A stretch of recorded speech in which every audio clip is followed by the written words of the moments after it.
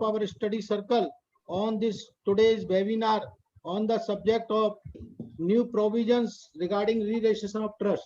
As you know, this provision was supposed to be applicable from 1st April 2020, but due to Corona, the government extended this provision and it is applicable from 1st April 2021 and the last date is 30th June. And on this subject, our Guruji is there. We requested him. Guruji accepted our invitation and that's why he's here. And I also welcome our chairman Avinash Gupta ji, Central Council member Sanjeev Singhal ji, immediate past chairman Harish Chaudhary ji, and Prem Lata Bansal ji, Sunil Dhamija ji, Hemant Pava ji, Rajiv Kohli ji, Satish Goyal ji, P. Roy Chaudhary ji, former standing council of the department, or Sanjay Sharma ji. That's all. And all the attendee. Before I request our P. Roy Chaudhary ji to say something about our Guruji, I request all of you, please, there is a demand of our study circle since long कि गुरुजी को पद्म श्री मिलना चाहिए। अरे यार, और इसके लिए गुरुजी जब हम बड़ी कोशिश भी कर रहे हैं कि इसका प्रोसीजर क्या है, कि जब प्रोसीजर पता करने में लगे तो we came to know that कि जिसको पद्म श्री मिलना है उसने पहले अपने आप को प्रपोज करना है, तब उसके बाद उसकी प्रोसेसिंग शुरू होती है। तो गुरुजी अपने आप को प्रपोज करें। और सबसे बड़ी बात यह है कि अभी बाबा रामदेव जी ने भी हाँ भर दी है और उनका भी मानना है कि गुरुजी को पद्म श्री इस बार मिलना चाहिए। तो मेरी सभी से रिक्वेस्ट है कि सब भी अपनी अपनी तरह से गुरुजी को मनाएं कि इस बार वो गुरुजी को पद्म श्री के लिए अपने आप को प्रपोज कराएं।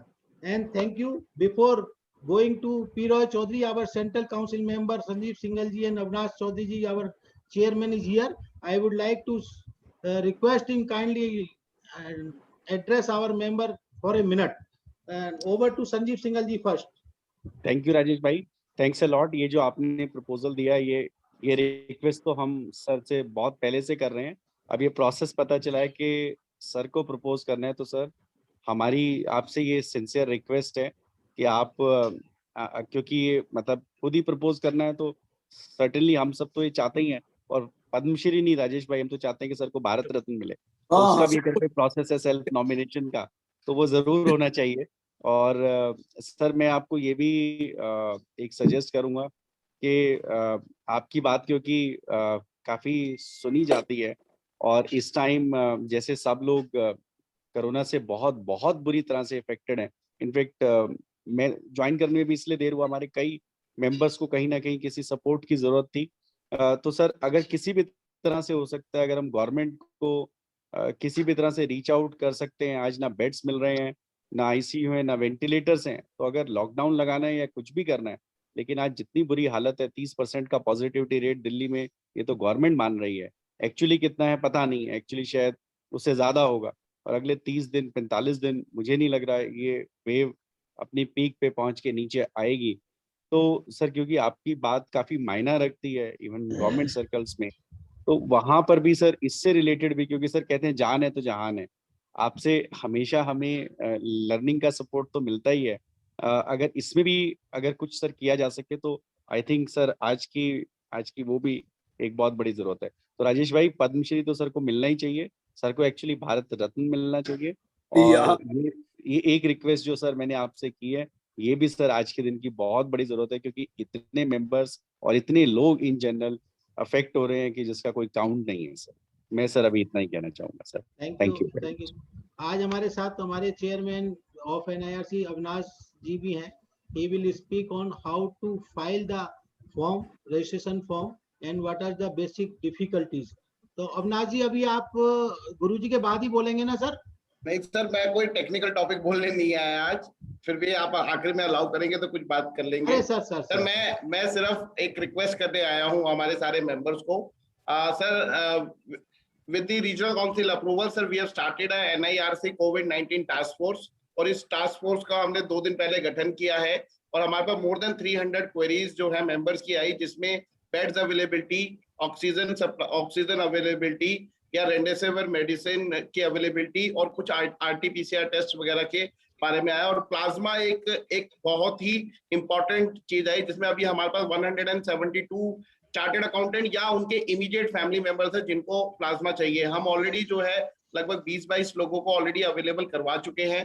तो उसके लिए एक हमने कैंपेन शुरू किया है कि अगर आप ऑलरेडी कोविड पॉजिटिव हो चुके हैं और उसके बाद आप ठीक हो चुके हैं और आपको 15 दिन हो गए हैं और 3 महीने से ज्यादा नहीं आए, तो मेरी रिक्वेस्ट है सर सबसे कि प्लीज कम फॉरवर्ड, आप हमें अपनी डिटेल हमें दें, ताकि आपके जो प्राइसलेस प्लाज्मा है उससे किसी और सीए भाई की या उसके परिवार में किसी की हम जान बचा सके। तो ये एक रिक्वेस्ट लेके मैं आज आपके सामने आया हूँ। इसके अलावा अगर आपको किसी भी तरह की कोई जरूरत है, चाहे वो बेड अवेलेबिलिटी के लिए है, मैं अश्योरेंस कुछ नहीं करता, बट हमारे हरीश चौधरी जी जो है इस टास्क फोर्स के कन्वीनर हैं, ऑलरेडी इन्होंने जो है 25-26 लोगों को बेड अभी तक कल और आज में अवेलेबल करा दी है। रेमडेसिविर मेडिसिन चाहिए या कोई और इंजेक्शन की जाए तो मैं उसको देख रहा हूँ, और अगर प्लाज्मा चाहिए तो हमारे गौरव गर्ग जी, मैं और हरीश जी हम सारे इस चीजों को देखते हैं। तो अगर कोई हेल्प हम कर सकें एनआईआरसी की तरफ से, अपने पर्सनल लेवल की तरफ से, तो we are always available. And this is the request to you कि सर प्लीज अगर आप प्लाज्मा डोनेट कर सकते हैं तो please come forward, let us know. आपका प्लाज्मा किसी सीए भाई के या उसके परिवार वाले के काम आएगा। So this is the only request that I want to make. और सर जहां तक रही पद्मश्री की, तो मैं तो सर के पीछे पड़ा हुआ हूँ कि सर कि वो आपको दिला के रहेंगे सर, और आपको मानना पड़ेगी, हमारी रिक्वेस्ट माननी पड़ेगी। और सर ये आपको जो है कराना है सर। जैसे ये थोड़ी सी वेव कम होती है तो मैं सर के पास जाके बैठ जाऊंगा और इनका सेल्फ नॉमिनेशन करा के रहूंगा सर। तो प्लीज सर ये माननी पड़ेगी आपको, वो हमारी request. So with this, thank you very much Rajesh ji for giving me this opportunity to interact with our members. Thank you sir. Rajesh ji 1 minute के लिए रोक रहा हूं मैं। जो ये आपने बताया कि पद्मश्री के लिए खुद ही वो करना पड़ता है, तो मेरे ख्याल में सबसे बढ़िया ये है कि हम जितने मेंबर्स हैं तो हम सभी ये बोले कि मैं भी ग्रीस हाउजा, मैं भी ग्रीस हाउजा, मैं भी ग्रीस हाउजा। Very good sir, very good, thank you. And I welcome Ramdev Kakra ji from Calcutta, और मैं भूल गया था सुनील जिंदल जी को एक्नॉलेज करने के लिए, thank you sir. And now I request P. Raj Chaudhary ji. Before Chaudhary ji is a practicing advocate in Delhi High Court and practicing income tax, Benami and PMLA cases in Tribunal and High Court. He has also been a senior standing counsel of the Income Tax Department in Delhi High Court and a guest faculty for the IRS officer in the Training Institute of National Academy of Directors. This is the brief profile of today's our P. Raj Chaudhary ji. I request him kindly introduce our Guruji. Over to Chaudhary sir. Good afternoon, everyone. It's an honor for me today to introduce Dr. C. Girish Ahuja sir, from whom I learned the basics of taxation during my BCom honors days, and thereafter while attending his classes while I was pursuing CA as well. Well, we all know that sir is a postgraduate in commerce and a doctorate from DU and a chartered accountant. But perhaps what lot of us have not noted is that as on date, sir has completed more than 50 years in the profession, and which is so richly attained and superbly sustained. And I congratulate you, sir, for that. Congratulations for completing 50 years in the profession, sir. And sir, your lectures will be the ever-loving symbol and indeed the reality of you, your very self. Sir, I really did not know whether I should thank you or is it the gods that I should thank for the loveliness and enchantment of your genius, sir. A teacher whose words have given so exquisite a treasure to the students and professionals, sir. An exalted service that none of us has been able to perform in like measure, sir. Your lectures are unique and inimitable, and we'll always remember this, sir, and we cherish it, sir. So now, may I request you, sir, to take over and guide us on the issues of the provisions regarding the re-registration of a trust. Good evening to one and all. Central Council member, CA Sanjeev Singhal ji, Chairman of the Northern India Regional Council, CA Avinash Gupta ji, immediate past Chairman, Shri Harish Chaudhary ji, of course the founder of this study circle, जिसके यही प्रताप है सब इतने लोग आते हैं, राजेश अग्रवाल जी, सुनील दमीजा जी, राजीव कोहली जी, और CP study circle जो शास्त्री नगर के सतीश गोयल जी, of course P. Rai Chaudhary ji, Advocate Sanjay Sharma ji, Harish, Madam Premlata Bansal ji, I'm told she is also joined, Premlata Bansal ji, Hemant Pava ji, and of course Ramdev Kakra ji from Calcutta, and above all Karta of CA fraternity, Ashwini Jindal ji, इनको तो मैं करता permanent कर दिया है, ये करता ही रहेंगे, करता चाहे कुछ भी नहीं करता, करता फिर भी करता ही होता है। लेकिन ये तो बहुत कुछ करते हैं, ये तो बहुत कुछ करते हैं हम लोगों के लिए, तो इसलिए तो इनको करता कहा ही जाएगा। लीजिए, let me tell you, rightly pointed out by Mr. Rajesh Agarwal, that this law was made applicable by Finance Act 20 and we were supposed to apply for re-registration or re-approval way back from 1st April 20 to 30th June 20. New form was supposed to be notified and it was supposed to be a simplified form and many other changes were supposed to be there. लेकिन वो postpone कर दिया गया था पहले till December, and then through that relaxation taxation law and other amendment relaxation provision act, तो इसको shift कर दिया गया था to the next year, that is from 1st April 21. Now, ये पौधा तो मैंने लगाया था, लेकिन मुझे नहीं पता था कि इसलिए इतना गड़बड़ कर देगा. What really happened when we were redrafting the income tax law, जो अब आएगा पता नहीं आएगा, वो तो God knows. That time I had pointed out one thing, that people have got registration under 12A or approval under 1023C, उनके पास है, but they do not have registration certificate. हो सकता है 30 years पहले उन्होंने रजिस्ट्रेशन कराई, 40 साल पहले कराई, 20 साल पहले कराई, या तो रजिस्ट्रेशन सर्टिफिकेट खो गया है, या टॉर्न हो गया है, या मिसप्लेस हो गया है, उनके पास अवेलेबल नहीं. But whenever there is a scrutiny assessment, the assessing officer insists this original certificate of registration or certificate of approval, and we don't have. Although we have registration number or approval number, but we don't have a certificate. तो एक काम कीजिए sir, एक बार सबको कहिए कि री registration या री अप्रूवल के लिए अप्लाई कर दें, so that we can now give them digital number, unique code दे देंगे, आइडेंटिफिकेशन कोड और यूआईडी देकर उनको ये परमानेंट एक 16 डिजिट अल्फा न्यूमेरिक नंबर मिल जाएगा. ये हमने कहा. गए थे ईद मनाने, रोजे गले पड़ गए. I told them to let them apply once for all. लेकिन मुझे नहीं पता था कि ये लोग क्या करने जा रहे हैं, कि ये जो एप्लीकेशन अब री रजिस्ट्रेशन या री अप्रूवल की देंगे जो ऑलरेडी एग्जिस्टिंग है, that will be valid for a period of 5 years.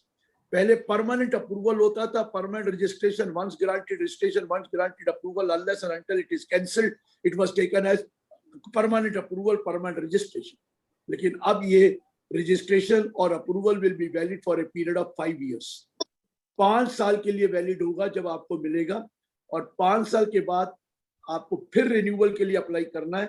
N application has to be made within 6 months before the completion of the period of expiry of the period of 5 years. मतलब 4.5 साल से पहले ही renewal के लिए apply कर देना. और जब आप रिन्यूअल के लिए अप्लाई करेंगे तो पूरा प्रोसेस वही होगा जो फर्स्ट टाइम रजिस्ट्रेशन का पुराना होता था. आजकल नहीं, पूरे आपको सारे डॉक्यूमेंट्स लगाने पड़ेंगे और पूरी बैलेंस शीटें और सब कुछ करना पड़ेगा, वो सब करना पड़ेगा. लीजिए, ये मुझे नहीं पता था कि ये कर देंगे, लेकिन अब क्या, जरा ध्यान से सुनिए. It has to be understood very clearly. हुआ क्या है, 1023C जो सेक्शन है उसमें आपको अप्रूवल चाहिए होती है, रजिस्ट्रेशन नहीं होती, वहां अप्रूवल होती है. We call it as approval. And under section 12A, when you apply for application, go for registration, we call it as registration. So 12A में registration है और section 1023C में approval है. Now 1023C में approval कौन से institution के चाहिए?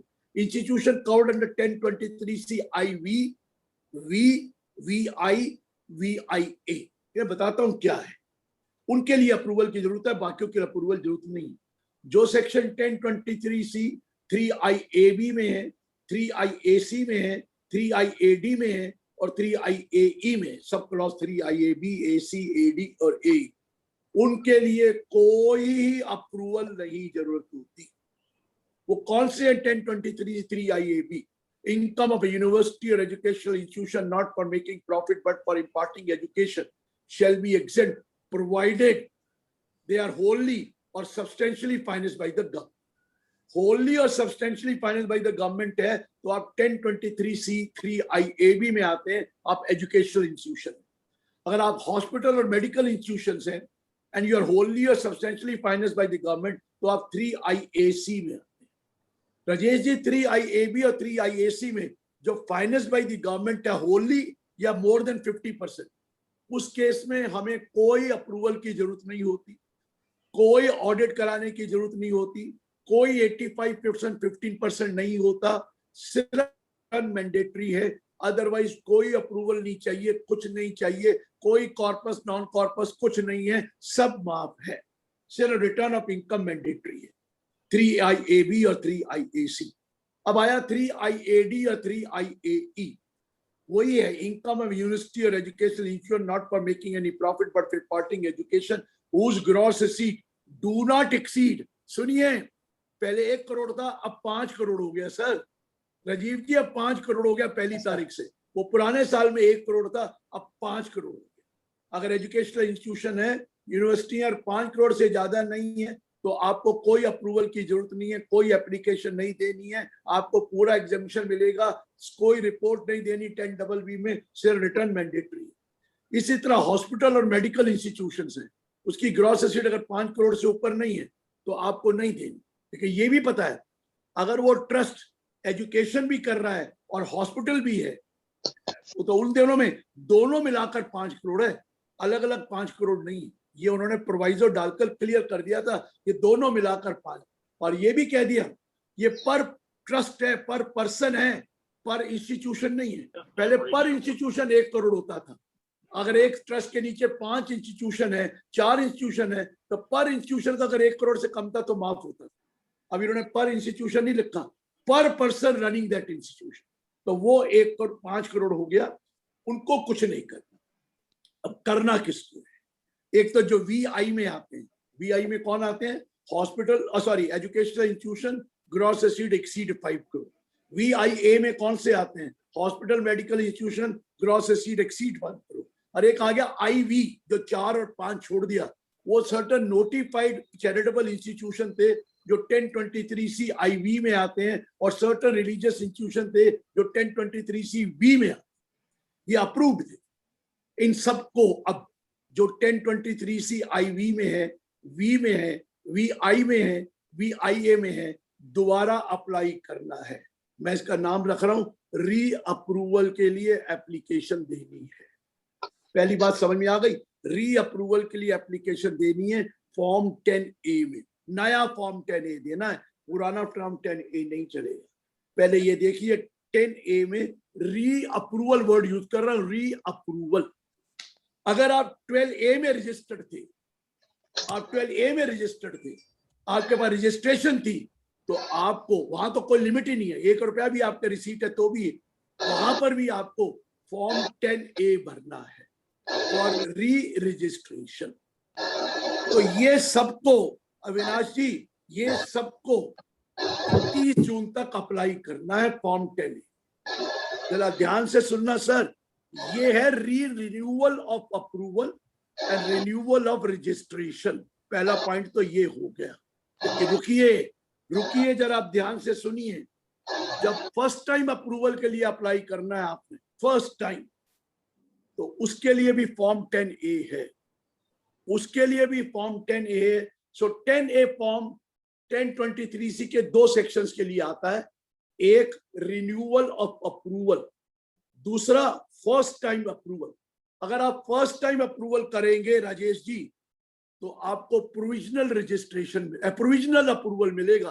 प्रोविजनल अप्रूवल आपको परमानेंट नहीं मिलना है, प्रोविजनल अप्रूवल मिलेगा, valid for a period of 3 years. उसके लिए भी फॉर्म 10A है, valid for a period of 3 years. लेकिन आपको कमेंसमेंट ऑफ एक्टिविटी चैरिटेबल हो गई तो within 6 months of the commencement of charitable activity और before 6 months of the completion of the period of 3 years, आपको regular approval के लिए apply करना है। सो रेगुलर अप्रूवल के लिए अप्लाई कब करना है? जब आपको प्रोविजनल मिल चुका है और प्रोविजनल मिलके आपने चैरिटेबल एक्टिविटी स्टार्ट कर दी, तो within 6 months of the commencement of the charitable activity या at least 6 months prior to the completion of the expiry of 3 years, उसके लिए आपको दोबारा रेगुलर अप्रूवल के लिए अप्लाई करना है। सर, रेगुलर अप्रूवल के लिए आपको ये फॉर्म 10A नहीं लगता है, वो फॉर्म 10AB लगेगा। और एक और, ये तो 10AB कब लगेगा? जब रेगुलर अप्रूवल के लिए, और एक 10AB और लगेगा जब 5 साल कंप्लीट हो जाएंगे और आपको री अप्रूवल को रिन्यूअल कराना है, तो उस केस में भी आपको 10AB में अप्लाई करना है। सो 10AB में पहले बता दूं, अगर आप 1023C के लिए ऑलरेडी अप्रूव्ड हैं तो फॉर्म 10A भरना है। नंबर 2, फर्स्ट टाइम अप्रूवल के लिए जा रहे हैं तो फॉर्म 10A भरना है। ठीक है सर। अब दूसरी बात, रेगुलर अप्रूवल के लिए अप्लाई करेंगे, रेगुलर अप्रूवल के लिए मतलब आफ्टर प्रोविजनल, फॉर्म 10AB भरना है। रिन्यूअल आफ्टर 5 ईयर वाला करेंगे, फॉर्म 10AB भरना है। ये 1023C का हो गया। आइए अब हम 11-12 में जाएं। हमको अप्लाई करना है section 12A subsection 1 clause AC में। क्या? Renewal of registration. अगर आपके पास रजिस्ट्रेशन ऑलरेडी है तो उसके लिए भी एप्लीकेशन की डेट वही है, अप्रैल टू 30 जून, और उसके लिए फॉर्म भी वही है 10A। सर उसके लिए भी फॉर्म 10A है, रिन्यूअल ऑफ रजिस्ट्रेशन। वहां बढ़ता रिन्यूअल अप्रूवल या renewal of registration. And second point, अगर फर्स्ट टाइम रजिस्ट्रेशन के लिए अप्लाई कर रहे हैं तो राजीव जी उसके लिए भी फॉर्म 10A है, उसके लिए भी फॉर्म 10A है। अगर 12A में जा रहे हैं, फॉर्म 10A कॉमन है 1023C के लिए भी और 12A के लिए भी, लेकिन वहां सेक्शन कोड अलग अलग लिखना है। वो सब चीजें वहां पर इंस्ट्रक्शन में दे रखी है फॉर्म 10A के, कि कौन सा सेक्शन डालना है, कौन सा कोड डालना है, किस कोड के अंडर आप अप्लाई कर रहे हैं। 1 है कि 2 है कि 3 है, 4 है, 5 है, 6 है, 10, 12 तक है। वो यही है कि आप कौन से क्लॉज में अप्लाई। सो प्लीज ये आ गया 10A। अभी रुकिए, अभी कंप्लीट नहीं हुआ। ये तो मैंने आपको 2 रूल बता दिए। एक रूल 2C जो चेंज हुआ जिसमें 10A और 10B में अप्लाई करना था, और रूल 17A चेंज हुआ जिसमें 12AC के लिए अप्लाई करना है। लेकिन अब आगे सुनिए जरा, अगर आपने फर्स्ट टाइम अप्रूवल लेनी है तो भी मैंने आपको कहा फॉर्म 10A है, और अगर फर्स्ट टाइम रजिस्ट्रेशन लेनी है तो भी फॉर्म 10A है। लेकिन वो अप्रूवल इधर अप्रूवल है, इधर रजिस्ट्रेशन है, लेकिन वो परमानेंट अप्रूवल या रजिस्ट्रेशन नहीं मिलेगी, वो प्रोविजनल अप्रूवल और रजिस्ट्रेशन मिलेगी। ये क्लियर हो गया। अब आया सर 5 साल के बाद आपको दोबारा रिन्यूअल के लिए अप्लाई करना है। राजेश जी, चाहे आप 1023C में है या रजिस्ट्रेशन 11-12 में है, 5 साल के बाद रिन्यूअल करना है, 6 महीने पहले 4.5 साल से पहले, उसके लिए फॉर्म 10AB है, फॉर्म 10AB है।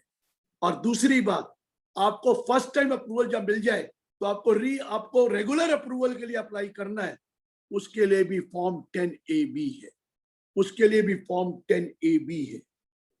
रिन्यूअल के लिए फॉर्म 10AB, चाहे वो 1023C में है, चाहे आप 11-12 में है।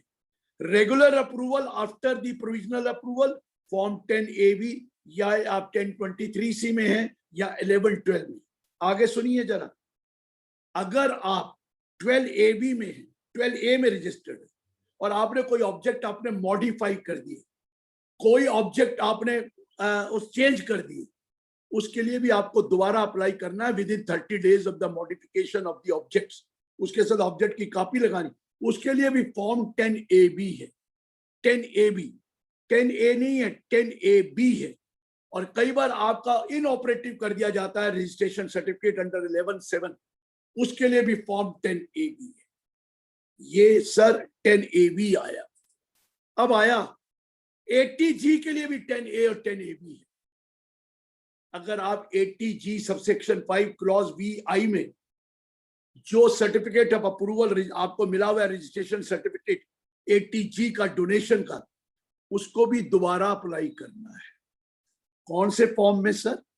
उसकी डेट भी वही अप्रैल टू जून, और उसका फॉर्म भी 10 है, उसका भी फॉर्म 10A है। सेम फॉर्म है 80G के लिए भी 10A। और एक और सुनिए, अगर आपको फर्स्ट टाइम अप्रूवल 80G में लेनी है, फर्स्ट टाइम अप्रूवल में 80G में लेनी है, तो भी 10A में डालना है। और जब आपको रिन्यूअल करानी है अप्रूवल की 5 साल के अंदर, या रेगुलर अप्रूवल ATG के लेनी है, उसके लिए भी फॉर्म 10AB है। आप नोटिस कर रहे हैं, ये सबके लिए एक ही फॉर्म है। इतना कॉम्प्रिहेंसिव फॉर्म बना दिया कि आदमी पागल हो जाएगा। आपको इंस्ट्रक्शंस पढ़नी पड़ेगी और हर इंस्ट्रक्शन में लिखा है क्या क्या करना है। और एक और सुनिए, जो scientific research institution, school college institution for scientific research या सोशल साइंसेज के लिए रजिस्टर्ड है, उनको भी दोबारा अपना अप्रूवल लेना है, उसके लिए भी फॉर्म 10A है। और रिन्यूअल और फर्स्ट टाइम के बाद उसका भी फॉर्म 10AB है। तो सबके लिए 10A 10AB है।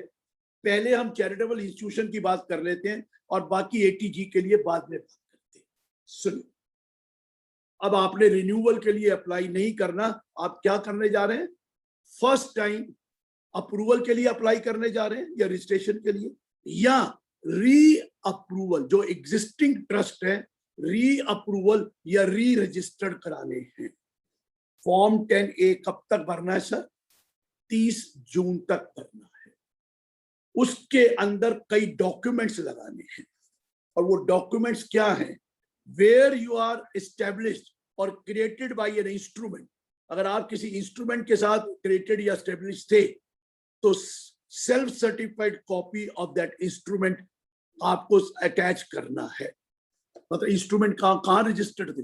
अरे कहीं तो आप होंगे ना। वो इंस्ट्रूमेंट जो भी आपकी डीड है या मेमोरेंडम आर्टिकल ऑफ एसोसिएशन अगर सेक्शन 8 कंपनी है, या ट्रस्ट डीड है, या सोसाइटी का चार्टर है, तो वो जो आपने क्रिएट किया उसकी, मैंने क्या बोला, self certified copy of the instrument by which you were created और एस्टेब्लिश्ड।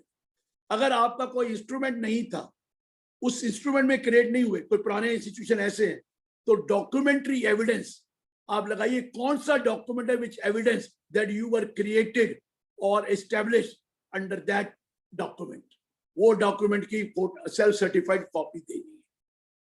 सो मैंने क्या बोला आपको? पहले तो certified self certified copy of the instrument जहां आप रजिस्टर्ड हुए थे, सॉरी, जो अगर आप सोसाइटी है तो उसकी जो वो देनी। सेकंड पॉइंट, ये तो आपको लगाना है साथ में सेल्फ सर्टिफाइड। अब आपने, आपकी रजिस्ट्रेशन हुई है अंडर सेक्शन 11, 12 और 1023C, अगर पहले अप्रूवल है तो certified copy of the order of registration जो लगा हुआ था वो लगा। आप FCR में रजिस्टर्ड है, FCRA में, फॉरेन कंट्रीब्यूशन रेगुलेशन एक्ट 2010, तो उसकी रजिस्ट्रेशन नंबर और पूरी डिटेल की एक सेल्फ सर्टिफाइड कॉपी लगानी है। आप सेक्शन 28 कंपनी है तो रजिस्ट्रेशन सर्टिफिकेट ऑफ इनकॉर्पोरेशन का नंबर और कॉपी लगानी है। अगर आप ट्रस्ट में रजिस्टर्ड है तो रजिस्ट्रेशन जो ट्रस्ट डीड की कराई पब्लिक वेलफेयर ट्रस्ट में, उसकी कॉपी लगानी है। अगर आप सोसाइटी रजिस्ट्रेशन एक्ट में रजिस्टर्ड है तो आपको रजिस्ट्रेशन नंबर और सोसाइटी रजिस्ट्रेशन एक्ट जो रजिस्ट्रार और फॉर्म और सोसाइटी ने दिया वो उसकी पूरी डिटेल साथ में देनी है। सेल्फ सर्टिफाइड कॉपी, कि कब रजिस्ट्रेशन मिला और क्या नंबर है, उसकी कॉपी लगानी।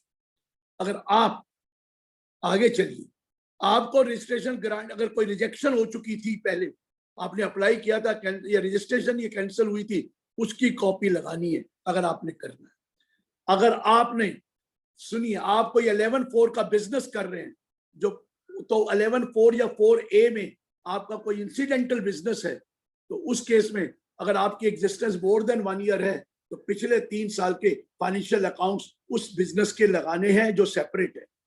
और वैसे भी आप एक एग्जिस्टेंस में हैं, अगर मोर देन 1 ईयर, तो आपको फाइनेंशियल अकाउंट्स नॉर्मली ट्रस्ट के भी लगाने हैं सारे। ये सारे डॉक्यूमेंट, और एक और document, A note on the charitable activity of the trust, ये सारे के सारे कागज साथ में अटैच करके फॉर्म 10A भरना है। ये क्लियर हो गया? किसी को क्वेरी हो तो पहले यहाँ पूछिए, नहीं तो बहुत ज्यादा डिफिकल्टी हो जाएगी लेटर। तो पूछ लीजिए कोई पहले, ये एप्लीकेशन मैंने किसमें दी है, या तो 1023C में दी है फॉर री अप्रूवल या first time approval. First time approval में तो आपके पास डॉक्यूमेंट होंगे ही नहीं, अगर मोर देन 1 ईयर नहीं है तो सिर्फ आपके पास रजिस्ट्रेशन सर्टिफिकेट होगा सोसाइटी का या ट्रस्ट का, या आपके पास इंस्ट्रूमेंट होगा। आपके पास कोई रजिस्ट्रेशन तो है नहीं अंदर, under the law of the act. और फिर आपको ये, और आपके पास कोई अगर फर्स्ट टाइम अप्रूवल है और आपकी एग्जिस्टेंस मोर देन 1 ईयर थी तो आपको फाइनल एनुअल अकाउंट्स भी लगाने पड़ेंगे, एनुअल अकाउंट्स भी लगाने। ये अप्लाई करना है चाहे आप 1023C में है या 1112 में है। फर्स्ट टाइम अप्रूवल या री अप्रूवल और री रजिस्ट्रेशन के लिए ये डॉक्यूमेंट्स लगाकर ऑनलाइन आपको रजिस्टर कर एप्लीकेशन डालनी है। The application should be digitally signed. If you are required to file a return of income under digital signature, then it should be digitally, it should be electronically filed, digitally filed. Otherwise, electronic verification court से जाएगी और signature वही करेगा जो section 140 में application जो verification करता है रिटर्न फाइल करने की, वही सिग्नेचर करते हैं। ये क्लियर हुआ? आपने अप्लाई कर देना है। यहां तक कोई क्वेरी हो तो पूछिए, उसके बाद मैं बताऊंगा अप्लाई करने के बाद क्या है। एक क्वेरी है कि जो फॉर्म 10A भरना है वो 12A और 80G के लिए अलग अलग भरना है या एक ही फॉर्म भरना है? बिल्कुल अलग अलग भरेंगे, क्योंकि दोनों का कोड भी अलग अलग है, दोनों की रिक्वायरमेंट भी अलग अलग है। एक ही फॉर्म में 10A और सॉरी एक ही फॉर्म में 12 और 80G की नहीं होगी अप्रूवल, नहीं, अलग अलग फॉर्म। हाँ, इधर आप, क्योंकि अब आप 1023C या 1112 दोनों में से एक में जा सकते हैं, उसके लिए 10A फॉर्म, वो एक ही फॉर्म है। अगर 1023C में तो भी 10A है, अगर 1112 में तो भी 12A है, लेकिन एक ही जगह जा सकते हैं, दोनों में नहीं जा सकते। लेकिन अगर आप 80G5 के लिए अपना रिन्यूअल करा रहे हैं सर्टिफिकेट ऑफ रजिस्ट्रेशन या फर्स्ट टाइम अप्लाई कर रहे हैं 80G के लिए, तो प्लीज नोट उसके लिए सेपरेट फॉर्म 10A भरना है। उसकी रिक्वायरमेंट भी अलग अलग है, उसमें आपको ये अलग फॉर्म भरना है, ये मैं आपको बता दूं। उसके लागत आपके अकाउंट्स नहीं मांगे जाते, उसमें कई चीजें नहीं है। 11(4) के अकाउंट्स नहीं माने जाते, 11(4A) के अकाउंट्स नहीं माने जाते, बाकी चीजें देनी है। तो 80G सेपरेट के लिए फॉर्म वही है, सेपरेटरी एप्लीकेशन। 1112 या 1023 के सेपरेट एप्लीकेशन आपको देनी है। अगर आप साइंटिफिक रिसर्च एसोसिएशन वगैरह की रजिस्ट्रेशन करा रहे हैं, उसके लिए भी फॉर्म यही है, लेकिन सेपरेट एप्लीकेशन है, सेपरेट एप्लीकेशन है। ये मान लीजिए कि 1023C 1112 के लिए वही फॉर्म है और एक ही फॉर्म लगेगा, क्योंकि 1023C में मिलेगी या 12 में मिलेगी, दोनों में मिल नहीं सकती, इसलिए फॉर्म एक ही है। लेकिन आप 1023C या 1112 के साथ साथ 80G भी जा रहे हैं, तो 80G के लिए सेपरेट एप्लीकेशन होगा फॉर्म 10A ही। और आप वो कोई चैरिटेबल है, वो कोई साइंटिफिक रिसर्च इंस्टीट्यूशन है, तो उस केस में आपको अलग फॉर्म 10A भी भरना पड़ेगा। ये क्लियर हो गया तो मैं आगे बढ़ूं। जी सर। और कोई क्वेरी है राजेश जी? क्वेरीज तो सर 20 आ चुकी हैं। हम मोटी मोटी पूछिए ना, इससे रिलेटेड है, नहीं तो भूल जाएंगे। ये फॉर्म बहुत जरूरी है 30 जून तक भरना। सर एक चीज पूछनी थी, अगर जैसे पहले 12A भी और 1023C भी है, तो अभी एक में ही जाना है? एक में you can apply under one only. अगर एक ट्रस्ट जो है वो स्कूल भी चलाती है और अदर एक्टिविटी भी है उसके अंदर, charitable relief to the poor जैसे है, आप बिल्कुल गलत कह रहे हैं। तो 1023C मिलना ही नहीं चाहिए था। 1023 तो एक्सक्लूसिवली एजुकेशनल हॉस्पिटल के लिए, तब तो मिलना ही 12 में था, क्योंकि 12A में तो होता है relief to the poor, education, medical relief, yoga, preservation of environment, वहां बहुत एक्टिविटीज हैं। सेक्शन 1023 में तो या तो एजुकेशन है या हॉस्पिटल, तो मिला ही गलत हुआ था। अब तो आपको 12A में ही जाना, 12A में सब सेक्शन 1 क्लॉज AC में जाना। सर मैं क्वेश्चन पूछ लेता हूँ, छोटे छोटे क्वेश्चन है। हाँ, मिक्सचर है ऑब्जेक्ट्स की एक्टिविटी, वहां पर 12A में ही जाना चाहिए। वो 12A ही जाएगा। जो मिक्सचर है वो कभी भी नहीं 1023C में जाना चाहिए, वो तो 12A में ही जाएगा। हाँ बोलिए जी। नवीन खेरवाल जी पूछ रहे हैं, what if the trust don't register before 30/6/2021, will 115 TD apply और can we go for condonation? कोई कंडोनेशन, ये हम हमेशा लास्ट डेट में डेट एक्सटेंड हो रही है, अरे कोई डेट एक्सटेंड नहीं होनी, पूरा 1 साल एक्सटेंड हो गया, कुछ नहीं होना। आपको आज ही अप्लाई कर दीजिए, इंतजार क्यों कर रहे? Why are you waiting? Form आ चुका है, अप्लाई करना है, अप्रैल का महीना है, जून तक अप्लाई करना है, कागज इकट्ठे करिए और अप्लाई कर दीजिए। नहीं, वो रजिस्ट्रेशन रिन्यूअल नहीं मानी जाए, वो री अप्रूवल नहीं देंगे, री रजिस्ट्रेशन नहीं देंगे। फर्स्ट टाइम अप्रूवल में प्रॉब्लम नहीं है भाई, फर्स्ट टाइम अप्रूवल तो आप जब चाहेंगे ले सकते हैं, लेकिन अगर आपको अप्रूवल 1 अप्रैल 21 के लिए चाहिए, 1 अप्रैल 21 के लिए, तो फर्स्ट टाइम अप्रूवल आपको अप्लाई करनी ही पड़ेगी 30 जून तक। नहीं तो 1 month before the commencement of the charitable, जो होता है ना 1 month before the trust was establish, जिस साल ट्रस्ट एस्टैब्लिश हुआ 1 month बिफोर होता है, उस दिन तक आपको फर्स्ट टाइम अप्रूवल के लिए अप्लाई करना होता है। लेकिन री अप्रूवल, री रजिस्ट्रेशन तो आपको ऑलरेडी एग्जिस्टिंग है, 30 जून तक करना ही पड़ेगा। और अगर आप 1 अप्रैल 2021 से अप्रूवल चाहते हैं फर्स्ट टाइम, तो आपको 30 जून तक करना ही पड़ेगा। नहीं तो फिर चैरिटेबल ट्रस्ट जब नया शुरू होता है 1 महीना पहले आपको अप्लाई करना पड़ता है। तो ये बात ध्यान रखिए, मैं बता रहा हूँ, कोई एक्सटेंशन होने के चांस नहीं। Next question sir, balance sheet और ऑडिटर रिपोर्ट 3 साल की लगानी है या 1 ही साल की? अगर आप in existence more than 3 years है तो 3 साल की लगानी है, अगर 2 साल के लिए तो 2 साल की लगानी है, 1 साल के लिए तो 1 साल की लगानी है, मैक्सिमम 3 years। और जो ऑलरेडी अप्रूव्ड रजिस्टर्ड है, उन्होंने तो ऑलरेडी बैलेंस शीट उनके पास है, उनको तो कुछ भी नहीं करना है सर, उसमें तो कुछ भी नहीं करना, उनके पास ऑलरेडी है, वो दे देंगे अपनी। Next question, where existing trust on date is applied for renewal using 10A, then after 5 years it is renewed, will be 10A or 10AB? अभी तो 10A में जाना है, जब रिन्यूअल के लिए जाना है या रेगुलर अप्रूवल के लिए जाना है तो 10AB है, वो काम आएगा बाद में, अभी नहीं आएगा। कब आएगा? जब आपको री रजिस्टर, री अप्रूवल, री रजिस्ट्रेशन मिल गई तो 5 साल तक के लिए इंतजार कीजिए एक बार, और 5 साल मतलब 6 महीने पहले, 4.5 से पहले आपको अप्लाई करना है 10AB में। लेकिन अगर आपको फर्स्ट टाइम अप्रूवल मिल गई, वो तो 1 महीने में मिल जाएगी। और अगर आपकी चैरिटेबल एक्टिविटी ऑलरेडी स्टार्टेड है तो 6 months after the commencement of charitable activity आपको रेगुलर अप्रूवल के लिए अप्लाई करना है। रेगुलर अप्रूवल के लिए 6 महीने ऑफ कमेंसमेंट, फर्स्ट टाइम जा रहे हैं, 6 महीने of commencement of charitable activity आपको रेगुलर मिल गया, फर्स्ट टाइम मिल गया, 6 महीने के अंदर चले जाएंगे। अगर आपको नहीं है तो मैक्सिमम पीरियड 3 साल है, तो 2.5 साल से पहले रेगुलर अप्रूवल के लिए अप्लाई कर। लेकिन अगर चैरिटेबल एक्टिविटी कमेंस कर चुके हैं तो 6 महीने के अंदर अंदर आपको रेगुलर अप्रूवल के लिए दोबारा अप्लाई करना पड़ेगा 10AB में। अभी तो आप 10A में अप्लाई करेंगे फर्स्ट टाइम अप्रूवल, जो प्रोविजनल सर्टिफिकेट मिलेगा। प्रोविजनल के बाद आपको रेगुलर के लिए 6 महीने of the commencement of the activity और at least 6 months before the expiry of 3 years आपको दोबारा अप्लाई करके रेगुलर अप्रूवल लेनी है। Next question, we have not registered public charitable trust anywhere other than having trust deed under trust act, then what will be registration number? मैंने आपको बोला था ना, अगर आप created by any other instrument हैं तो आपको दे दीजिए आपकी वो इंस्ट्रूमेंट की कॉपी, जो डॉक्यूमेंट्री एविडेंस है वो दे दीजिए, वो डॉक्यूमेंट्री एविडेंस लगाइए। लेकिन ये फर्स्ट टाइम अप्रूवल होने वाला है, क्योंकि आप इंस्टीट्यूट आपने इनकम टैक्स में रजिस्ट्रेशन नहीं कराया है, तो ये फर्स्ट टाइम अप्रूवल होगा और आपको प्रोविजनल मिलेगा। एक चीज और बता दूं, कई लोग मुझे कह रहे हैं सर हमने 2021 में अप्लाई कर रखा है रजिस्ट्रेशन के लिए या अप्रूवल के लिए, अगर आपको मिल चुका है 31 मार्च 21 तक तो भी आपको दोबारा करना पड़ेगा री अप्रूवल, री रजिस्ट्रेशन।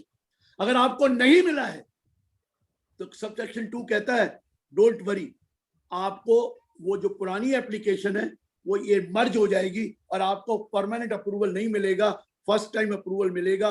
और वो कौन सा होगा?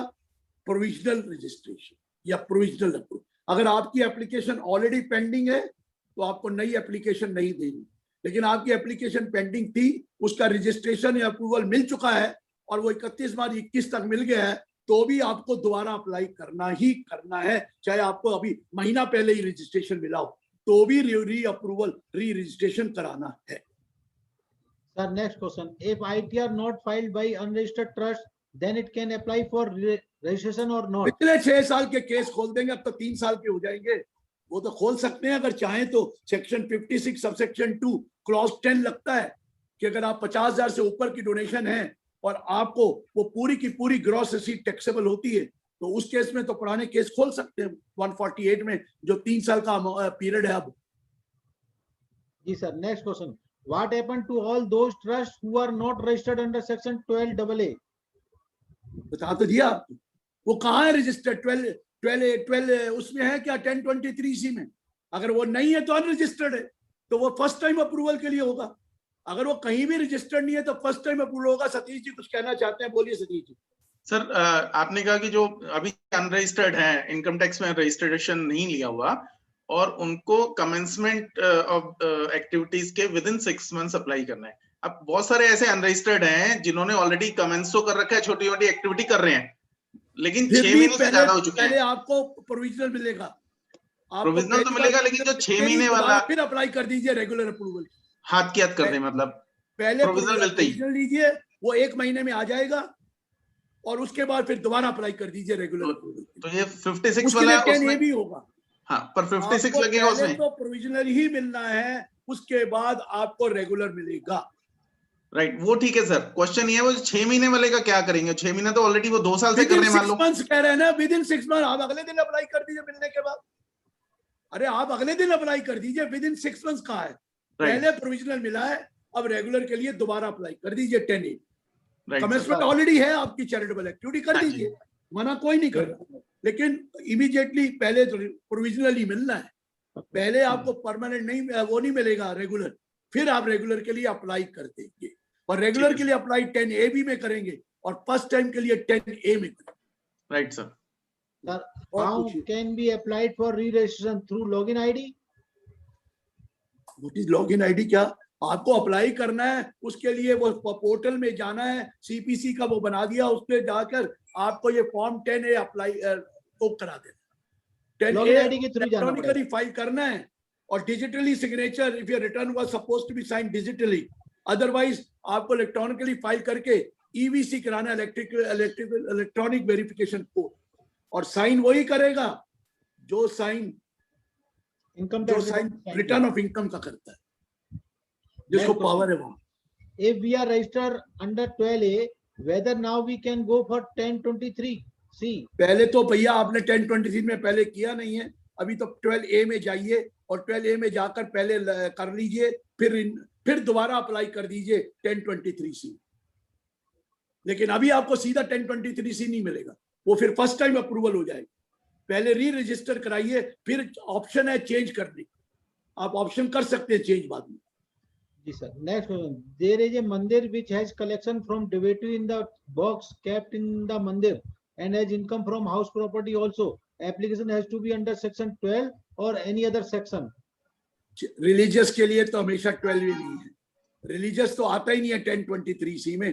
1023C तो सिर्फ वो आते हैं जो स्कूल, कॉलेज, एजुकेशनल इंस्टीट्यूशन है, या नोटिफाइड रिलीजियस ट्रस्ट है, ये वो नहीं है। इसको तो 12A में ही जाना पड़ेगा। लेकिन अगर पहले रजिस्ट्रेशन नहीं कराई है तो फर्स्ट टाइम रजिस्ट्रेशन के लिए जाना पड़ेगा, और आपको 30 डेज में मिल जाएगी। लेकिन वो पुराने अकाउंट्स में आपसे मांग सकते हैं कि ये आपने इनकम क्यों नहीं दिखाई, क्योंकि 1/4/2017 के बाद कोई भी ट्रस्ट रजिस्टर्ड नहीं है, और उसके बाद 50,000 से ज्यादा डोनेशन आती है एग्रीगेट, वेदर फ्रॉम 1 और मोर देन 1 पर्सन, तो उसको 56(2)(10) में इनकम फ्रॉम अदर सोर्सेज में एंटायर अमाउंट टैक्सेबल होता है, entire amount taxable, gross receipt. Next sir, क्या बैलेंस शीट 31/3/2021 की लगानी जरूरी है, जबकि ऑडिट टाइम अभी है? सर देखिए, 31/3/2021 की तो अभी बनी नहीं है, वो तो कोई जरूरत ही नहीं है। 20 और उससे पहले की लगाइए। आप अप्रैल में अप्लाई कर रहे हैं तो कहां से बैलेंस शीट लगा देंगे स्टेटमेंट, उससे पहले की लगाइए। कैन बी अप्लाई साइमल्टेनियसली, वो तो 10B सर्टिफिकेट भी चाहिए, वो नहीं चाहिए। हाँ जी, can be apply simultaneously renewal for 12A and 80G और wait for renewal of 12A before renewal of 80G? ऐसा कुछ नहीं है। अगर आप ऑलरेडी रजिस्टर्ड हैं और आपके पास ऑलरेडी 80G भी है, दोनों एप्लीकेशन सेपरेट डालिए। ये ऑटोमेटिक रिन्यूअल है, ऑटोमेटिक वो क्या री रजिस्ट्रेशन है, री अप्रूवल है, इसमें कोई क्वेश्चन नहीं पूछा जाएगा। लेकिन बाद में देखा जाएगा कि कोई आपने गलत इंफॉर्मेशन दी है, रॉन्ग डॉक्यूमेंट लगाया है, फॉल्स है, सिग्नेचर प्रॉपरली नहीं किए हैं, या वो उस आदमी ने सिग्नेचर नहीं किए जिसने करने थे, तो उस केस में वो कैंसिल कर सकते हैं आपका 10AC में वो रजिस्ट्रेशन आपकी कैंसिल कर दी जाएगी और ये मान लिया जाएगा कि आपको कभी भी वो मिला ही नहीं सर्टिफिकेट ऑफ रजिस्ट्रेशन। पता क्या, जब आप अप्लाई करेंगे ना पहली बार, तो आपको अल्फा न्यूमेरिक में यूनिक आइडेंटिफिकेशन कोड 16 डिजिट का मिलना है, वो विदाउट एनी क्वेश्चन मिलना है री अप्रूवल और री रजिस्ट्रेशन में। आपको 1 महीने के, अगर आपने फर्स्ट टाइम अप्रूवल दिया तो 1 महीने, और वो आपका ये है तो 3 महीने में वो आपको सर्टिफिकेट दे देंगे री रजिस्ट्रेशन का, री अप्रूवल का। कोई क्वेश्चन नहीं पूछेंगे।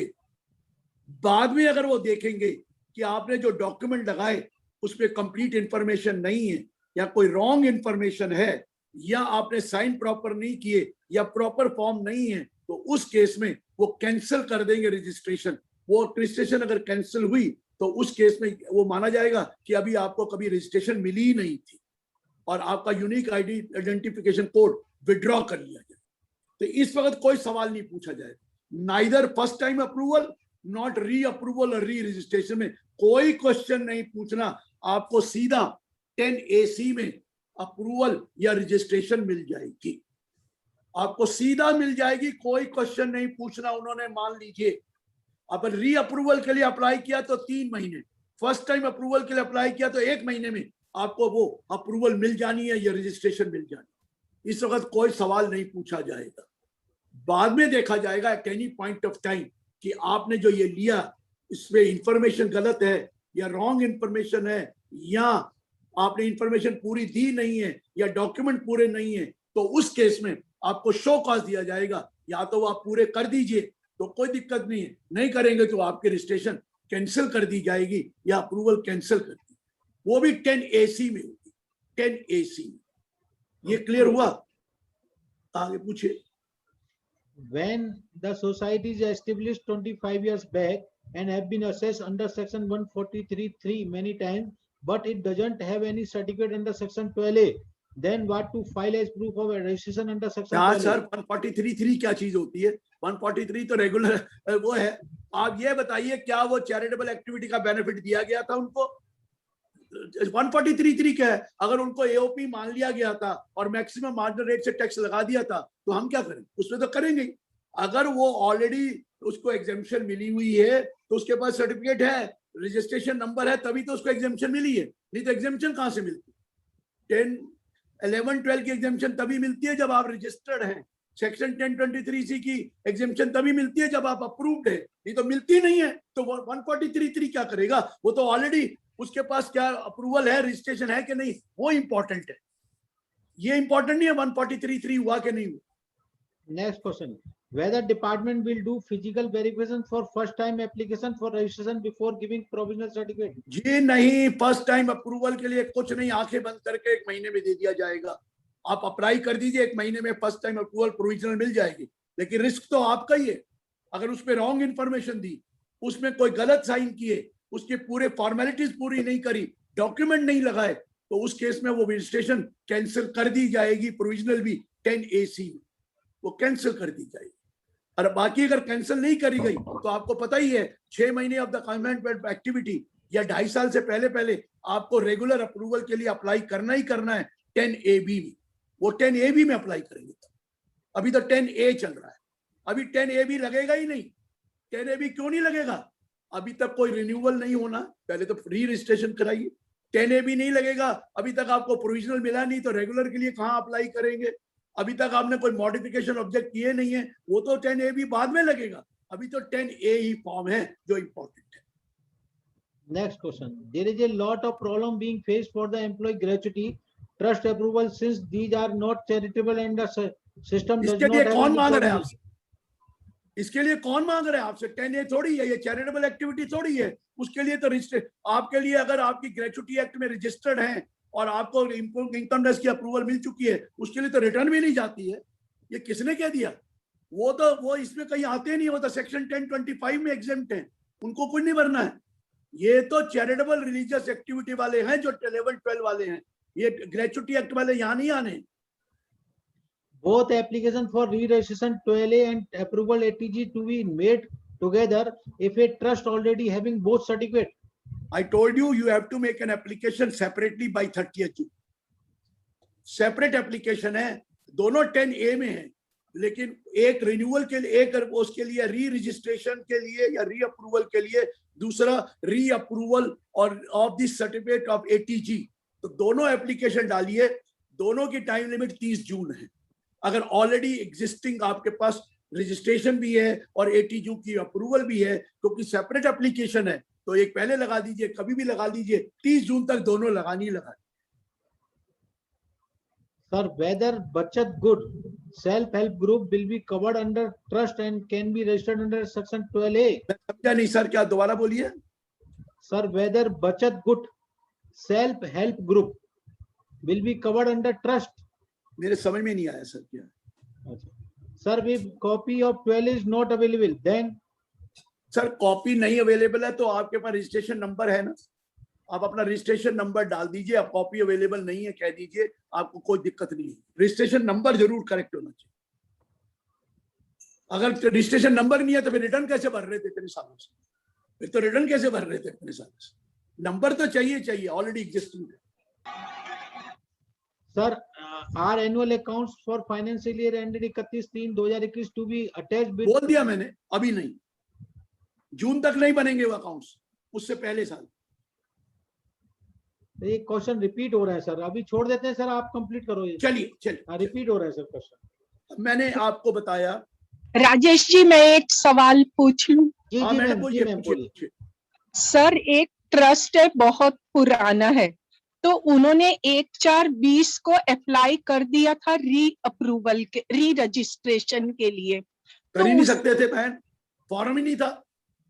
नहीं सर, फॉर्म तो था, 10A फॉर्म में किया। तो वो 10A फॉर्म तो री रजिस्ट्रेशन के लिए नहीं था, वो तो नॉर्मल फॉर्म है 10A। Sir in any case वो भर दिया था। ये मेरा अपना ट्रस्ट है, वृंदावन में हम लोग धर्मशाला पुअर पीपल के लिए चला रहे हैं। अब तो ज्यादा प्रोएक्टिव हो जाते हैं कि अभी लास्ट डेट आई नहीं तब भी भर दिया, फॉर्म भी नहीं आया तब भी भर दिया।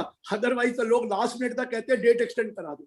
मैडम वो 10A फॉर्म डिफरेंट था, वो तो जब फर्स्ट टाइम अप्रूवल रजिस्ट्रेशन था वो 10A था। इसमें 10A नहीं भरा है, आपको अब भर देना है। अभी दोबारा भर दीजिए जून तक। सर मैं और सवाल पूछना चाहती हूँ। वो भर दिया था, उसके अगेंस्ट क्वेरी आई थी। ये मेरा ट्रस्ट बहुत पुराना है, तो उसमें दिस ट्रस्ट इज इररिवोकेबल और एक आध कंडीशन नहीं थी। तो उनकी जो क्वेश्चनरी आई उसमें उन्होंने लिखा कि आप अमेंड कर दो और ये क्लॉज इंक्लूड कर लो, वो हमने कर लिए इंक्लूड। तो अब मेरा सवाल ये है कि मैं ओरिजिनल ट्रस्ट डीड के साथ ये अमेंडेड ट्रस्ट, क्योंकि ये तो 2000 लगाएंगे। 2000 एक इनको कंडीशन लगा दी, ट्रस्ट शुड बी इररिवोकेबल। हाँ जी सर। एक्चुअली लॉ ये कहता है, 61 सेक्शन ऑलरेडी कहता था, लेकिन ये बातें नहीं कर रहे थे। सेक्शन 61 में लिखा है, where there is a revocable transfer of an asset, the income from that asset shall be taxable in the hands of the transferor. तो ट्रस्ट को तो होना ही इररिवोकेबल था, लेकिन कई ट्रस्ट डीड में लिखा नहीं गया था, तो सर ये ट्रस्ट डीड को लिखकर अमेंड करके साथ में लगा दी। बस वो करना पड़ेगा, लेकिन वहां मैडम आपको दोबारा अप्लाई करना ही करना है 30 जून तक। तो मैं करूंगी अभी। वो तो डिपार्टमेंट ने भी मेरे को बोला कि आप ये विड्रॉ कर लो और फ्रेश 4 को भर देना। करेक्ट, बिल्कुल ठीक कहा है, बिल्कुल यही कहा है। आपको अमेंडेड भी लगाना पड़ेगा, जहां लिखा होगा ये इररिवोकेबल है। पर सर उसमें 10A ही जाएगा ना, 10AB तो नहीं जाएगा ना। ये री रजिस्ट्रेशन है मैडम, री अप्रूवल है। 10A ही जाएगा, 10A जाएगा। 10AB तो रिन्यूअल के लिए जाना है जब 5 साल के बाद, या रेगुलर के लिए जाना है जब फर्स्ट टाइम अप्रूवल मिल जाए। तो 10AB तो अभी लगना ही नहीं है, कोई 10AB नहीं है अभी तक, तो 10A ही है। हाँ, अगर आपको अप्रूवल मिल गई, फर्स्ट टाइम अप्रूवल जो प्रोविजनल है, उसके लिए आप 10AB में अप्लाई कर सकते हैं। सर मैं अमेंडेड की वजह से आपको पूछ रही थी। कोई दिक्कत नहीं है, वो मॉडिफिकेशन की बात कर रहे हैं आप, मॉडिफिकेशन को 10AB कह रहे हैं, लेकिन इस केस में आपके पास ऑलरेडी रजिस्ट्रेशन है, इसीलिए कोई दिक्कत। हाँ, इसलिए कोई दिक्कत। और 10AB तब जानना जब वो रिन्यूअल के लिए हो। जी, थैंक यू सर। सर एक चीज थी, अगर ATG का सर्टिफिकेट एक्सपायर हो चुका है, वैलिड नहीं है, तो उस केस में 10A वो ऑलरेडी एग्जिस्टिंग वाले री रजिस्ट्रेशन होगा या फ्रेश होगा? तो फिर दोबारा अप्रूवल के लिए एक्चुअली एक्सपायर होता ही नहीं कभी। वो तो परमानेंट था अप्रूवल अंडर ATG। ना कोई एक्सपायर नहीं हुआ है सर। 2008 से पहले था, उसके बाद वो पुरानी बातें छोड़िए, वो तो भूल जाना, आज क्या है आपके पास है नहीं है, खत्म, अप्लाई करिए पहली बार। मतलब वो एक्सपायर्ड है तो नया अप्लाई करना पड़ेगा उस केस में? बिल्कुल करना पड़ेगा सर। अगर आपने 2008 से पहले किया, 13 साल पुरानी बातें कर रहे हैं, 13 साल तक आपके पास नहीं है तो आपके पास नहीं है, आपके पास अदरवाइज तो परमानेंट था। एक बार आपने अप्लाई कर दिया तो परमानेंट हो गया। अब पहले तो 3 साल के लिए होता था, ये होता था, फिर उसने कह दिया ये परमानेंट हो जाएगा। अगर परमानेंट नहीं है तो आपको करना ही पड़ेगा, अगर परमानेंट है तो री अप्रूवल के लिए करना है।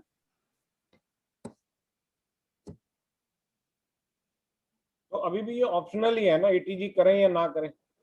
अगर आप एटीजी नहीं लेना चाहते तो बाबा जी मैं क्या मना करूंगा, मत लीजिए। और रिलीजियस ट्रस्ट को तो मिलना ही नहीं है। एक और चीज बता दूं, वहां लिखा हुआ है कि अगर आप रिलीजियस ट्रस्ट है तो ये मत भरना, एटीजी नहीं मिलेगा। वहां लिखा हुआ है, इस बार आप पढ़ लेना जो इंस्ट्रक्शन में, don't write that if you are religious trust eighty G नहीं मिलेगा। आप रिलीजियस कहते ही नहीं है, उसको चैरिटेबल कहते हैं, और चैरिटेबल में मिलता है, लेकिन 5% एक्टिविटी रिलीजियस हो सकती है।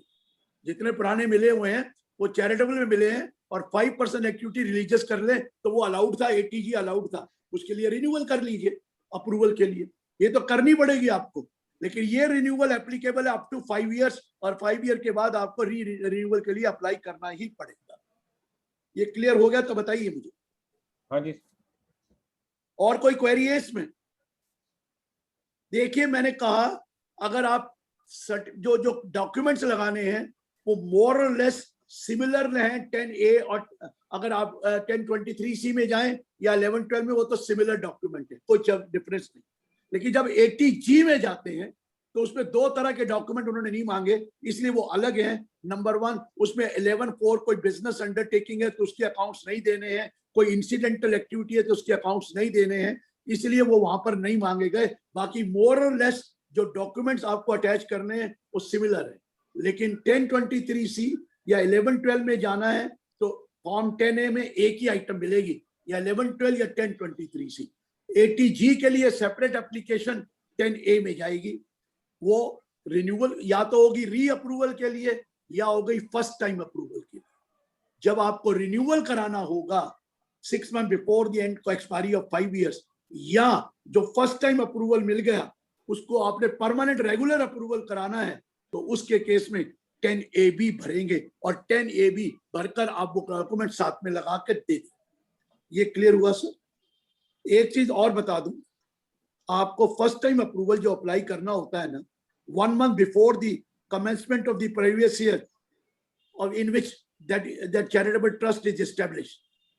आप कहेंगे 1 month बिफोर तो 1 अप्रैल से पहले, फरवरी से पहले कर देना चाहिए था। सर इस साल के लिए नहीं, इस साल के लिए तो आप अप्लाई कर दो, आपको फर्स्ट टाइम अप्रूवल 1 अप्रैल से मिलेगी।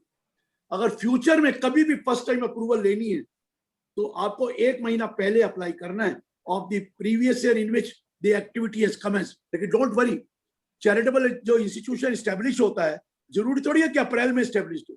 अरे नवंबर में होगा तो 1 month बिफोर नवंबर होगा, फर्स्ट प्रीवियस ईयर तो लेस देन 12 months हो सकता है, तो फर्स्ट प्रीवियस ईयर में 1 month बिफोर अप्लाई कर दीजिए और आपको वो मिलेगा प्रोविजनल सर्टिफिकेट। लेकिन ऑलरेडी अगर हैं तो फर्स्ट टाइम अप्रूवल की एप्लीकेशन आपको 30 जून तक देनी ही देनी है। क्लियर हो गया सर? मैंने ये 10A और 10AB बता दिया, और ये आपको पूरा फॉर्म भरिए। मैं आपको बता रहा हूं उसमें कई इंस्ट्रक्शंस हैं जो पढ़ने वाली हैं, जब एक्चुअल प्रैक्टिकल में आएंगे तो आपको काफी डिफिकल्टी आएगी। आपको सारी डिटेलें देनी है, पूरा कॉर्पस देना है, आपको लैंड एंड बिल्डिंग की अलग है वो देनी है, आपको अदर एसेट्स की अलग डिटेल देनी है, आपको पूरी डिटेलें देनी है। वहां पर पूरी ट्रस्टी की, ऑथर्स की, फाउंडर्स की पूरी लिस्ट देनी है कि क्या क्या है। अरे वहां पूरी रिक्वायरमेंट है जो आपको साथ में देनी है। तो बी केयरफुल, एक बहुत ज्यादा डिटेलें मांग रही है आपको। कॉर्पस के लिए इसलिए मांगी है कि आगे से आपको पता है corpus should be invested in A mode under 11.5। Corpus को 11.5 में रखना है, और आपको ये भी पता है जो कॉर्पस से अमाउंट स्पेंड किया जाएगा वो एप्लीकेशन नहीं मानी जाएगी उस of the previous year in which it is applied. लेकिन फ्यूचर ईयर में अगर आप कॉर्पस को रीफिल कर देंगे तो अगले सालों में एप्लीकेशन मानी जाएगी। इसलिए अब कॉर्पस का अकाउंट सेपरेट रखना पड़ेगा। उसका बैंक ही सेपरेट रखिए, एक ही बैंक में करेंगे, एक ही अकाउंट में रखेंगे तो मैं आपको बता दूं बड़ी डिफिकल्टी आएगी हाउ टू आइडेंटिफाई कि ये कॉर्पस से खर्च हुआ। जो 11.5 से जो 15% से खर्च हुआ उसको एक्सेस एप्लीकेशन नहीं मानेंगे, जो कॉर्पस से खर्च हुआ उसको करंट ईयर की एप्लीकेशन नहीं मानना, लेकिन फ्यूचर ईयर में कॉर्पस को रिफिल करेंगे तो एप्लीकेशन मानेंगे। इसलिए कॉर्पस को अलग रखना पड़ेगा, कॉर्पस को अलग रखना। और सेक्शन 8 कंपनी है तो रिजर्व एंड सरप्लस में भी कॉर्पस का अमाउंट अलग दिखाना पड़ेगा। अब तो अलग दिखाना पड़ेगा कॉर्पस का। लैंड एंड बिल्डिंग की डिटेल देनी पड़ेगी, लोग देते नहीं थे, अब लैंड एंड बिल्डिंग देनी पड़ेगी। क्योंकि अगर मेरे से आप पूछो तो लैंड एंड बिल्डिंग आप सेल नहीं कर सकते without the prior approval of the charity commissioner. यहाँ लोग कर देते हैं, that is a different story all together. लेकिन अब वो स्ट्रिक्ट हो जाएगा, आपको लैंड एंड बिल्डिंग अदर देनी है, अदर एसेट देनी है, लाइबिलिटीज देनी है, सारी चीजें डिटेल देनी है as on the date, as on the date of making application, as on the date of making application ये डिटेलें आपको देनी है। सो चाहे आपने ये बैलेंस शीट नहीं बनाई 31 मार्च की, ऑडिट नहीं हुआ, लेकिन एज ऑन द डेट तो आपको बताना ही पड़ेगा आपके पास कॉर्पस कितना अमाउंट है, लैंड एंड बिल्डिंग कितना अमाउंट है, अदर एसेट कितनी है, लाइबिलिटीज कितनी है। पढ़ लीजिए फॉर्म, इसमें ये प्रॉब्लम है। चलिए आगे चले सर। अब आइए, हमने अप्लाई कर दिया 10A में रिन्यूअल के लिए, सॉरी री रजिस्ट्रेशन के लिए, री अप्रूवल के लिए। हमें 80G में चाहिए था, फिर भी 10A में चले गए। हमें सेक्शन 35 साइंटिफिक रिसर्च के लिए चाहिए था, फिर भी 10A में चले गए। अलग अलग फॉर्म है, अलग अलग कोड है। अब जब दोबारा अप्लाई करेंगे 10AB में करेंगे, ये तो बात हो गई। लेकिन मैंने ये कहा जो भी आपको सर्टिफिकेट ऑफ रजिस्ट्रेशन मिलेगा प्रोविजनल या दूसरा रेगुलर, उसको करीब गलत इंफॉर्मेशन दी गई तो वो deem to have been cancelled मानी जाए, वो deem to have been cancelled. अब एक और काम है, जितनी भी डोनेशन 80G की आएंगी, जिसके पास वो सर्टिफिकेट ऑफ अप्रूवल रजिस्ट्रेशन है, उसको 31 May from the end of the relevant financial year तक अपलोड करना है the aggregate amount of donation received from various person. उन पर्सन का नाम, अगर उसे 4 बार आई है तो उसको एग्रीगेट कर दीजिए, पर्सन का नाम, उसका एड्रेस, उसका pan number, amount of donation received, सबकी एक स्टेटमेंट जाएगी, yearly statement of the particulars of the donation. अगर डोनेशन ऐसी है जिसमें 2 नाम है तो प्रोपोर्शनेट बताना पड़ेगा, इसका कितने परसेंट है, उसका कितने परसेंट है, और दोनों का अलग अलग में डालना पड़ेगा प्रोपोर्शनेट अमाउंट। ये डालकर अपलोड कर दीजिए, फॉर्म आएगा उसमें अपलोड कर देना है आपने वो ईयरली स्टेटमेंट। ये ऑटोमेटिकली अंडर सेक्शन 285BA आपके रिटर्न में प्री फिल आ जाएगा। अब ये 26 AS नहीं होना है, अब ये एनुअल इंफॉर्मेशन स्टेटमेंट से सीधी आपकी रिटर्न में प्री फिल आ जाएगी। और जब तक आपके रिटर्न में वो प्री फिल नहीं होगी, आपको डोनेशन 80G की डिडक्शन मिलेगी नहीं। तो हर ट्रस्ट की ये ड्यूटी बन गई है कि please file on 31 May 22, first time 31 May 22।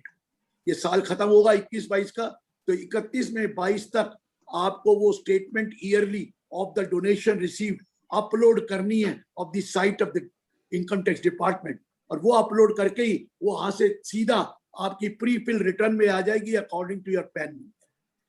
और सेकेंडली ये फॉर्म होगा सर 10BC। कौन से फॉर्म है? 10BC में स्टेटमेंट भरनी है, फॉर्म 10BC में ये स्टेटमेंट देनी है। और एक और बात, जिसने डोनेशन दी उसको सर्टिफिकेट भी इशू करना है फॉर्म 10BD में। वो सर्टिफिकेट 10B में जाएगा after the end of the year by 31 May. So 2 form और इंपॉर्टेंट है, लेकिन उनका काम यूज होगा 31 मई 2022 को। एक, जो डोनेशन आपको मिली क्योंकि आप अप्रूव्ड है, डोनेशन सर्टिफिकेट रजिस्ट्रेशन है, yearly statement of the donation received from the various person, उसको आप अपलोड करेंगे 31 मई तक। और तभी आपको डिडक्शन मिलेगी। किसको? डोनर को। अब एक चीज बता दूं, कोई लोग कहते हैं सर डोनर ने कैश में दिया। रिसिपिएंट को कैश में लेने में कोई प्रॉब्लम नहीं है, रिसिपिएंट को कोई प्रॉब्लम नहीं, वो ले लेगा, वो लिख देगा कैश में दिया। लेकिन डोनर को 80G की डिडक्शन तभी मिलेगी जब 2000 से ऊपर है तो वो अकाउंट पे उससे हो, अदरवाइज मिलेगी नहीं। आपको पता ही है 2000 हो सकता है कैश तक, उससे ऊपर मिलेगी नहीं, ये पहले बता। और फिर आपको सर्टिफिकेट ऑफ रजिस्ट्रेशन देना है फॉर्म 10BD में, वो भी 31 में।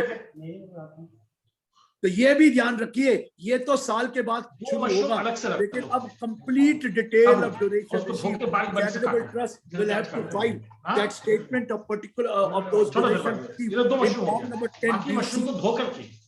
ये पीछे कोई किसी की वो फॉर्म है, उसमें थोड़ी सी एक चिंता नमक की आवाज आ रही है, तो पूछिए। अब ये भी सवाल पूछ लीजिए, क्योंकि वैसे तो ये यही चीजें हैं जो इसमें हैं, पूछ लीजिए प्लीज।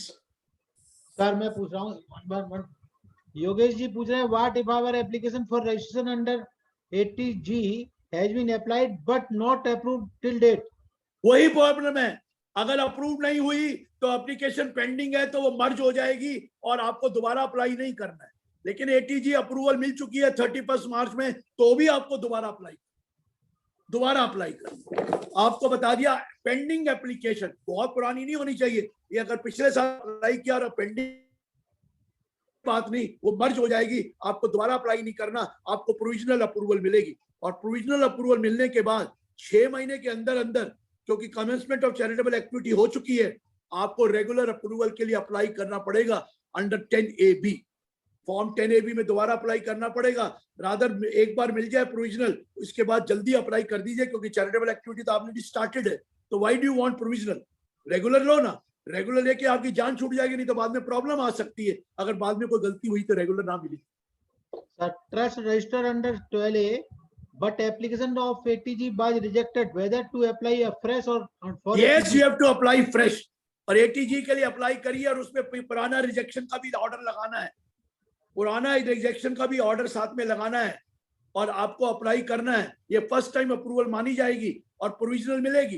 पुराना भूल जाओ, रिजेक्शन है तो दोबारा लगाइए और फर्स्ट टाइम अप्रूवल लीजिए, और फर्स्ट टाइम अप्रूवल प्रोविजनल मिलेगी, और प्रोविजनल के बाद फिर रेगुलर ले करना है, रिजेक्शन का भी लगाना है order. Society running a school, whether it is charitable or religious or both, it has also 80G but donation since 5 years. My dear sir, when you are only doing education, where is the question of religious? It is not a religious activity. It is only charitable activity. तो आप 1023C में भी जा सकते हैं, 11-12 में भी जा सकते हैं, आपकी मर्जी। Can a गौशाला having PAN or AOP, that is fourth letter as A instead of T, apply for under section 12A exemption under section 10 80G? आपके पास, अगर आपके पास 80G है तो आप उसको रिलीजियस नहीं कह रहे, चैरिटेबल कह रहे। रिलीजियस के लिए तो 80G मिलता ही नहीं है। चैरिटेबल कह के आपको चैरिटेबल एक्टिविटी आ जाती है उसमें, वहां पर अगर 11-12 में, तो हाँ 80G भी मिल जाएगा। आपको क्या है, व्हाट इज चैरिटेबल एक्टिविटी? 12 में 1023 छोड़ दीजिए, वालिका relief to the poor, number 1, number 2 education, yoga, medical relief, preservation of environment including watershed, forest, wildlife, preservation of monument or any other object of charitable activity। तो आप any other object में आ गए तो भी तो आपको आ जाएगा, लेकिन 20% से ज्यादा ग्रॉस रिसीट बिजनेस से नहीं होनी चाहिए एनी अदर के लिए। वो जो लॉ है वही देखना है सर, वो ये गौशाला आ जाता है any other object of general public utility, लेकिन उसका बिजनेस करेंगे तो बिजनेस की रिसीट 20% से ज्यादा नहीं होनी चाहिए, नहीं तो एग्जेम्पशन नहीं मिलेगी। Sir next question, trust made on 11/5/2018 but trust deed return on 26 March 2021 should apply for registration और नॉट? मैंने आपको बताया, अब फर्स्ट टाइम अप्रूवल मिलेगा और रजिस्ट्रेशन मिलेगा, और वो आप चाहे ट्रस्ट जो मर्जी क्रिएट कर चुके हैं, अगर पहले कोई पैसा आया हुआ है तो 56(2)(10) में आपको टैक्स लग जाएगा ग्रॉस रिसीट पर। ये पहले ध्यान रखना, वो तो लग गया 17 के बाद तो वो लॉ बन चुका है, आपको टैक्स लगेगा ही लगेगा उसको। और वो चाहे अभी तो अप्रूवल दे देंगे, वो कुछ नहीं कहेंगे, वो तो 148 में खोलेंगे केस, खोलना होगा। Sir next question, sir applied for 80G approval for 31/3/2021, what is the status of this application? मैंने बोला ना, जो करंट ईयर में अप्लाई किया हुआ है पिछले साल में, तो वो मर्ज हो जाएगा, आपको दोबारा अप्लाई नहीं करना, आपको प्रोविजनल मिल जाएगा, आपको ऑटोमेटिकली प्रोविजनल अप्रूवल मिल जाएगा 1 महीने में। already applied but no response received. ये sir question बड़े donation in kind or cash of unregistered trust is taxable under section 56(2)(10). Donation दोबारा बोलिए, काइंड में?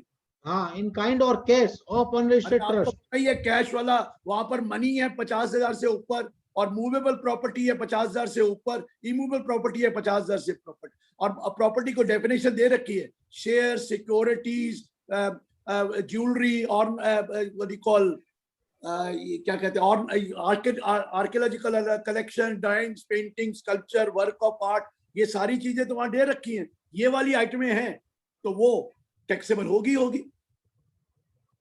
Next question. Our temple established 25 years ago and does not have any registration. Pen was taken last year as forced by bank. Now we filed Form 10A as first time registrant. Then last 3 years accounts will be attached. Whether temple will be liable for tax or not. 148 में आपका case खुलेगा। हाँ, पक्का खुलेगा आपका 148 में case, क्योंकि आप रजिस्टर्ड नहीं थे तो आपने एग्जेम्पशन कैसे ली? मंदिर है एस्टेब्लिश्ड है स्कूल, बोथ हैव डिफरेंट। मंदिर स्कूल की बात मत करो, सारे कहते हैं मंदिर है। अरे मंदिर है, लॉ तो लॉ ही है। मंदिर हो, गुरुद्वारा हो, मॉस्क हो, चर्च हो, कोई फर्क नहीं है। 1 अप्रैल 2017 में मैंने कई बार लेक्चर में कहा, काइंडली अप्लाई फॉर अप्रूवल और रजिस्ट्रेशन। आपको पुरानी डेट का कोई दिक्कत नहीं है, क्योंकि पुरानी डेट का वो सेक्शन 12A(1) के नीचे प्रोवाइजो था कि हम आपको दोबारा उसको टैक्स नहीं लगाएंगे, लेकिन आपने सुनी नहीं बात। तो 17 के बाद जितने भी साल आए हैं उसको तो वो खोल के टैक्स लगा देंगे, ये मैं आपको बता। सर, मंदिर है एस्टेब्लिश्ड है school, both have different PAN, but no one is filing return on mandir receipt और स्कूल रिसीट। यार मैं क्या करूं, मैंने बताया तो है, ignorance of the law is no excuse. Ignorance of the law is no excuse, वो तो आपको बता ही दिया मैंने। अगर स्कूल का अगर सेपरेट स्कूल की रजिस्ट्रेशन पैन है और वो 1 करोड़ से कम था तो वैसे ही कोई रजिस्ट्रेशन की जरूरत नहीं थी, तब तो अप्रूवल की जरूरत ही नहीं थी। वो 1 करोड़ से कम था तो कोई चिंता नहीं करो, उसकी तो कोई दिक्कत ही नहीं है। अब तो 5 करोड़ हो गया वो। Next question, trust having charitable activity registered under section 12A and expenditure on religious activities below 5% is allowable or any specific? Allowable up to 5% allowable। ATG का सर्टिफिकेट भी मिल जाएगा। The said society is engaged in charitable work but at present does not have certificate of 12A in hand. What is the previous question? In hand number तो होगा ना, return तो भर रहे हैं, सर्टिफिकेट नहीं होगा, रजिस्ट्रेशन नंबर तो होगा। रजिस्ट्रेशन नंबर डालिए, सर्टिफिकेट नॉट अवेलेबल किए, रजिस्ट्रेशन नंबर तो है ना आपके पास। ये भी सारे हो गए क्वेश्चन सर, बहुत सारे रिपीट हैं। वो तो होंगे ही ना, बहुत सारे रिपीट हैं सर। आप पहले कंप्लीट कर लो सर, मैंने बाद में। सर मेरा 99% कंप्लीट हो गया है। अच्छा, फिर मैं क्वेश्चन पूछ ही लेता हूं सर, फिर मैं। हाँ, Is it mandatory to upload donation receipt and expenditure voucher along with financial statement? अभी कुछ नहीं कह रहा, डोनेशन का अगले मई में आएगा, आपको उसकी स्टेटमेंट फाइल करनी पड़ेगी, एक्सपेंडिचर की नहीं, डोनेशन रिसीट। जितनी डोनेशन रिसीव्ड होगी उसका pan number, address of the donor और वो डालकर अमाउंट रिसीव्ड, वो सबको लिखना पड़ेगा, वेदर रिसीव्ड इन कैश और काइंड, वो डालकर आपको वो फॉर्म 10BC अपलोड करना पड़ेगा। 10BC by 31st of May of next year. Next question. Sir, in case of educational institution, if receipt is more than 5 crore, then no need to apply in 10A and 10AB. Why not? अगर more than 5 crore से कम, not more than 5 crore है तो आपको कुछ नहीं करना। अगर 5 करोड़ से नीचे है तो नहीं करना है, आपको कोई अप्लाई नहीं करना है, क्योंकि 5 करोड़ तक माफ है वो। आप फिर 1023(3) IAB में जाएंगे, 12 सेक्शन में नहीं जा सकते, 11-12 में नहीं जाएंगे। If so-called notice issued for the cancellation of 12A and pending before CIT exemption, then re-registration can be applied. Sir आपको रजिस्ट्रेशन मिली कहाँ है अभी? तो री-रजिस्ट्रेशन क्या है? अब तो फर्स्ट टाइम अप्रूवल के लिए अप्लाई करना पड़ेगा, री-रजिस्ट्रेशन है ही नहीं। रजिस्टर नंबर हो तो री-रजिस्ट्रेशन के लिए जाना है।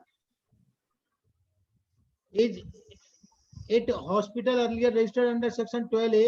If it can go registration under section 1023C. मैंने कहा अगर आपके पास दोनों हैं तो आप एक में अप्लाई कर दीजिए, दूसरी खत्म। लेकिन अभी आपके पास सिर्फ एक ही है तो री रजिस्ट्रेशन करके फिर चेंज करना 1023C में, फिर बाद में चेंज करना। If trust is educational trust claiming exemption under section 1023C, substantially funded by government, need to file any form as there is no such registration under section. No, अगर आपके पास 50% से ज्यादा गवर्नमेंट की ग्रांट आती है तो आपको कुछ नहीं करना है, सिर्फ रिटर्न भरनी है और कोई अप्रूवल के लिए अप्लाई नहीं करना है। लेकिन जिस साल 50% से कम हो गई उस वक्त अप्लाई करना पड़ेगा। आपको बता दूं, ये तो 50% मिनिमम चाहिए हमें हर साल, every year is a separate year. तो 50% से ज्यादा आ रही है ग्रांट तो उसको कभी भी अप्लाई नहीं करना, उसके लिए ना कोई ऑडिट है ना कुछ है, सिर्फ रिटर्न मैंडेटरी है। लेकिन जिस साल 50 से ऊपर हो जाएगी, वो जो कह रहा हूँ 50% से कम रहेगी, उसी साल आपको अप्लाई करना पड़ेगा और फर्स्ट टाइम अप्रूवल लेनी पड़ेगी, फर्स्ट टाइम, और वो प्रोविजनल मिलेगी, ये मैं आपको बता दूं, और 1 महीने में अप्लाई करना पड़ेगा वो। Next question, sir there are too many trust registered under trust act but not yet registered in income tax act and not filing ITR। मैं कुछ नहीं कह सकता, वो सारे के सारे डिफॉल्ट कर रहे हैं, अभी भी करते रहो, जब पता लगेगा तो रगड़े में आई जाओगे, बाकी तो यही है, वो मैं कुछ नहीं कह सकता। वो तो बहुत है ऐसे, मैंने तो इनको कहा एमनेस्टी दे दो दोबारा और उनको कोई एक बार अप्लाई कर दे, हम कुछ नहीं कहेंगे, पुराने केस नहीं खोलेंगे, लेकिन वो मान नहीं रहे हैं ये बात। मैंने तो उनको कहा, कहते हमने दिया था 2017 में, क्यों नहीं अप्लाई किया? मैंने कहा लोगों को समझ में नहीं आया तो अप्लाई क्या करते, आप तो एमनेस्टी दो ना। वहां तो समझ में भी नहीं आता था कि आपको तभी मिलेगी एग्जेम्पशन 50C 210 में अगर आपका रजिस्ट्रेशन है। लेकिन किसने पढ़ा हो, एक बार दे देते एमनेस्टी की, अप्लाई कर दो। मैं दोबारा कोशिश कर रहा हूं लेकिन उम्मीद कम है। चलिए, trust caring an eye hospital and also have spectral soap, whether is it incidental activity or separate account to be submitted। दूसरा एक तो आई हॉस्पिटल, दूसरा क्या है? और चश्मे की दुकान, चश्मा। हाँ तो कोई बात नहीं है, इंसिडेंटल है for the attainment of the objective the trust 11(4)A में आता है, अलाउड है 11(4)A में अलाउड है, कोई दिक्कत नहीं। उसके अकाउंट फाइल करने, साथ में सेपरेट अकाउंट मेंटेन करके उसको फाइल करने, कोई दिक्कत नहीं। इंसिडेंटल, डिस्पेंसरी, चश्मे की दुकान और कोई एनीथिंग एल्स, सब है incidental to the attainment of the objective of the trust. चलिए, in case of society what option to be select in row 6, whether instrument has irrevocable clause, yes or no। Sir irrevocable clause तो डालनी है, जो नहीं है तो डालवा दो और फिर अप्लाई कर दीजिए, कोई दिक्कत नहीं है। मैं बता, कुछ नहीं कहें, कईयों की पुरानी जो बने हुए इरिवोकेबल लिखा नहीं था, वो इरिवोकेबल तो डालना ही पड़ेगा, नहीं तो फिर आपको वैसे एग्जेम्पशन मिलनी नहीं चाहिए। सर ये सोसाइटी में भी है जी, ट्रस्ट की बात कर रहे हैं ना सर, सोसाइटी की बात, क्वेश्चन सोसाइटी में भी इरिवोकेबल है। एक बार सोसाइटी बन गया तो वो सोसाइटी के में वो इरिवोकेबल है, आप किसी को बेनिफिट नहीं दे सकते मेंबर्स को। पर वो तो ऑटोमेटिक है ना सर, क्लॉज की ना हो या ना हो सोसाइटी के केस में डिसोल्यूशन क्लॉज होती है उसमें, dissolution clause. Yes sir, next one, is there any time limit for preservation of trust and accounts record under income tax act. Time limit वही है जो बाकियों की है अकाउंट बनाने की। आपको पता ही है 6 साल के लिए अकाउंट्स होते हैं, और अब तो आपका रीअसेसमेंट आ गया तो उसमें 3 साल के और प्लस 7 ईयर के मोर हैं, लेकिन वो 7 ईयर मोर में आपको अकाउंट्स नहीं चाहिए, आपके वो 6 ही साल हैं। वो तो कहेंगे कि वो अकाउंट्स आपको जो चाहिए वो उनके पास उसकी इंफॉर्मेशन होनी चाहिए, उनके पास डॉक्यूमेंट होने चाहिए, उनके पास एविडेंस होना चाहिए कि कोई इनकम है विच इज एस्केप, तो वो पकड़ेंगे। आपके लिए वही टाइम पीरियड है, कोई चेंज नहीं। वैसे तो टाइम पीरियड फाइनेंशियल उसके लिए लिखा है, प्रोफेशनल के लिए, दूसरे के लिए लिखा ही नहीं है कि टाइम पीरियड कितना है। जी sir, if the renewal is not applied up to 30th June, automatically आपकी खत्म हो गई रजिस्ट्रेशन और अप्रूवल, फिर आप टैक्सेबल हो जाएंगे। अगर आप अप्लाई नहीं करते तो आपकी रजिस्ट्रेशन अप्रूवल खत्म हो गई, फिर आपको तो दोबारा जब अप्लाई करेंगे तो फर्स्ट टाइम अप्रूवल मानेंगे। Next question, I came to know from one seminar that provisional balance sheet has to be submitted on the date of application of reapproval। वो मैंने अभी बोला ना सर, अभी तो बोला कि आपको assets and liabilities as on the date देनी है, तो ऑटोमेटिकली आ गई डिटेल। मैंने यही तो बोला सर, एज ऑन द डेट आपको लैंड एंड बिल्डिंग की डिटेल, आपको कॉर्पस की डिटेल, आपको लायबिलिटीज की डिटेल है, तो ऑब्वियसली प्रोविजनल भी आ गई। ऑब्वियसली आ गई ना, कि डिटेल कहां से बनाएंगे अगर बैलेंस शीट नहीं होगी, तो वो उस तरह से है। जो आपने सेमिनार सुना उन्होंने उस तरीके से टेक्निकल बोला, मैं इस तरीके से कह रहा हूं कि आपको तो देना ही पड़ेगी detail of all the assets and liabilities as on the date of making an application. So as on the date of making application, अगर आप अप्रैल में हो तो अप्रैल की 30 तारीख को अप्लाई करेंगे तो 30 तारीख तक की देनी पड़ेगी. अभी तो मार्च की कह रहे हैं, फिर तो 30 की देनी पड़ेगी. अगर आप 30 जून तक अप्लाई करेंगे तो 30 जून तक की देनी पड़ेगी detail. Not this up to date of that, not the provisional up to 31st March, up to the date of making application. Next question. 12A trust enjoying ATG exemption for the past 20 years. Now from 1/4/2021 wishes to carry out religious activity opting out of ATG exemption under new registration.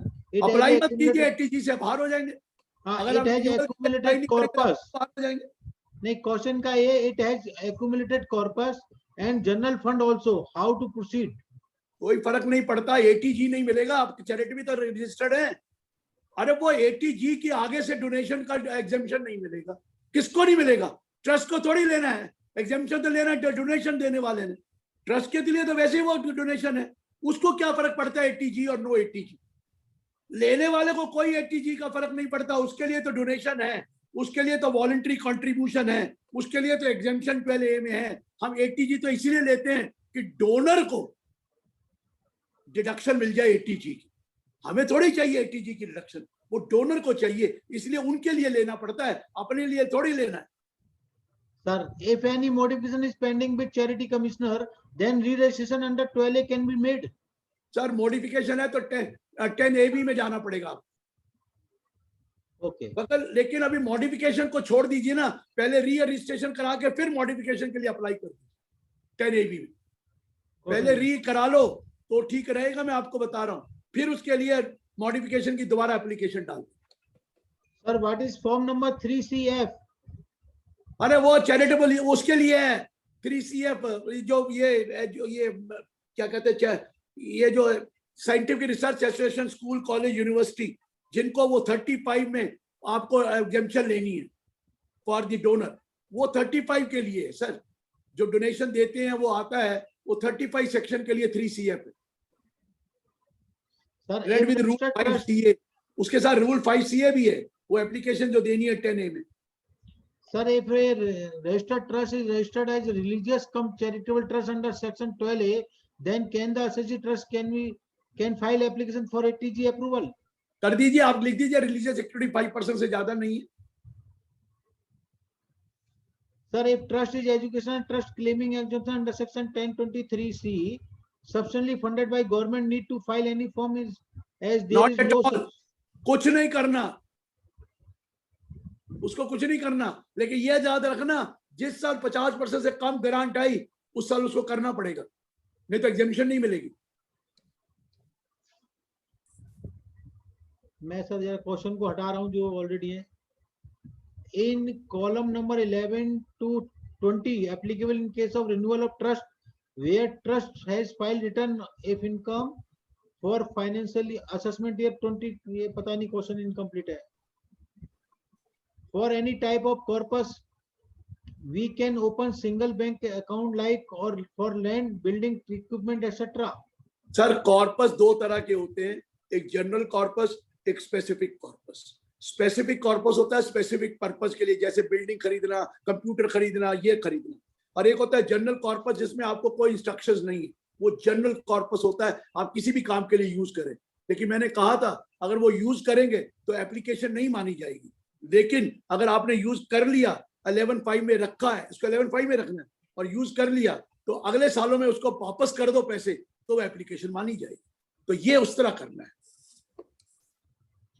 Sir, in case we have filed return for financial year 19-20, then no need to file financial detail.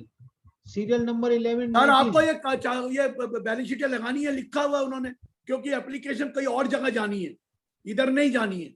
ये जानी है CPC में, जो उन्होंने director उसको general को बनाया है, तो वहां पर उसको डिटेल डाल, उसके लिए लगा दीजिए वो बैलेंस शीट साथ में. Next question. If land and building is to be sold, it needs to be informed to charity commissioner. Is it applicable in Delhi or all over India? सारे कर रहे हैं. वैसे तो लॉ यही है कि चैरिटी कमिश्नर को इन्फॉर्म करना चाहिए, क्योंकि ये ना हो कि आप उसको कच्चे पक्के का बेच दें. लेकिन अभी तक चल रहा है, जहाँ कई जगह चैरिटी कमिश्नर है ही नहीं है तो इसलिए चल रहा है। लेकिन जैसे बॉम्बे में पब्लिक वेलफेयर ट्रस्ट है, अहमदाबाद में है, वहां तो अप्रूवल के बगैर सेल ही नहीं कर सकते, वहां तो कर ही नहीं सकते जहाँ पब्लिक वेलफेयर ट्रस्ट है। A registered trust received donation more than 50,000 from the same donor in case. What will be the impact on the trust?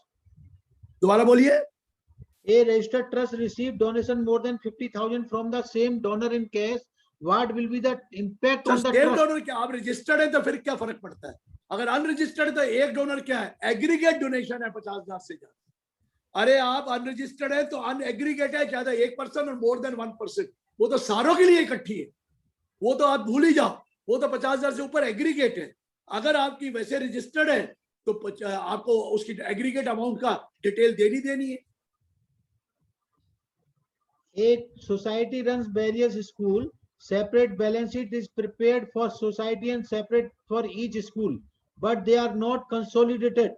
Whether the consolidated figure or land and building and other assets, all the books of society. Pan आपके पास अलग अलग है, अगर pan अलग अलग है तो फिर तो बात ही अलग है। अगर पैन इकट्ठा है तो फिर तो ये सारा कंसोलिडेट करना ही पड़ेगा। ये तो पैन के ऊपर है। If you have a separate pan for each school, having a separate charter, फिर कोई दिक्कत नहीं है। अगर पैन एक ही है तो सर कंसोलिडेट तो करना ही पड़ेगा, फिर तो कोई दिक्कत ही नहीं, करना पड़ेगा। Form 10BC for local contribution received only for detail of foreign contribution is also required to be submitted. Any donation received, वो फॉरेन कंट्रीब्यूशन की डिटेल तो अलग है, वो तो आपका रेगुलर बताना ही बताना है। मैं तो इनकम टैक्स की बात कर रहा हूँ। इनकम टैक्स में 10BC में डिटेल देनी है बस, जो भी डोनेशन रिसीव हुई, चाहे वो ATG का बेनिफिट ले या ना ले, आपको तो देनी है detail. Is it mandatory to file annual information of donation even for those institutions who are not registered under section 80G of Income Tax Act? फिर किस बात की, जब ATG में है ही नहीं तो फिर आपको किस बात का देना है? ATG में होंगे तो ATG के लिए 10BC है ना, जब ATG है ही नहीं तो 10BC कहां से जाएगा? ATG में अप्रूवल मिलेगी तभी 10BC देना है। Whether the trust deed contain clause that the trust is irrevocable, point 6 of the form 10A, whether it will be filed yes or no. अगर irrevocable है तो आपको लिखना है yes irrevocable है, नहीं है तो अमेंडमेंट करके डाल दो। Self certified signature on all pages required and trust rubber stamp required on all attachment. किस काम के लिए कह रहे हैं? अटैचमेंट के लिए? जी जी सर, आप ऑनलाइन कर रहे हैं, ऑनलाइन में अगर आप सेल्फ सर्टिफाइड कॉपी तो लिखा ही है उन्होंने, सेल्फ सर्टिफाइड कॉपी लिखा तो सर्टिफिकेट आप अपने साइन करके अपलोड कर दो, वो तो सर्टिफिकेट भी लिखा ही है, तो अपलोड करने हैं फॉर्म तो फिजिकल भी अब अपलोड करने हैं digitally. Sir self certified copy लगानी है। Sir, if anyone give a 1 lakh in donation in cash, can be issue receipt? हमें तो 1 लाख क्या 2 लाख से ऊपर नहीं मिलना चाहिए एक ही टाइम से, एक पर्सन से, तो 2 लाख की 269 ST लगता है।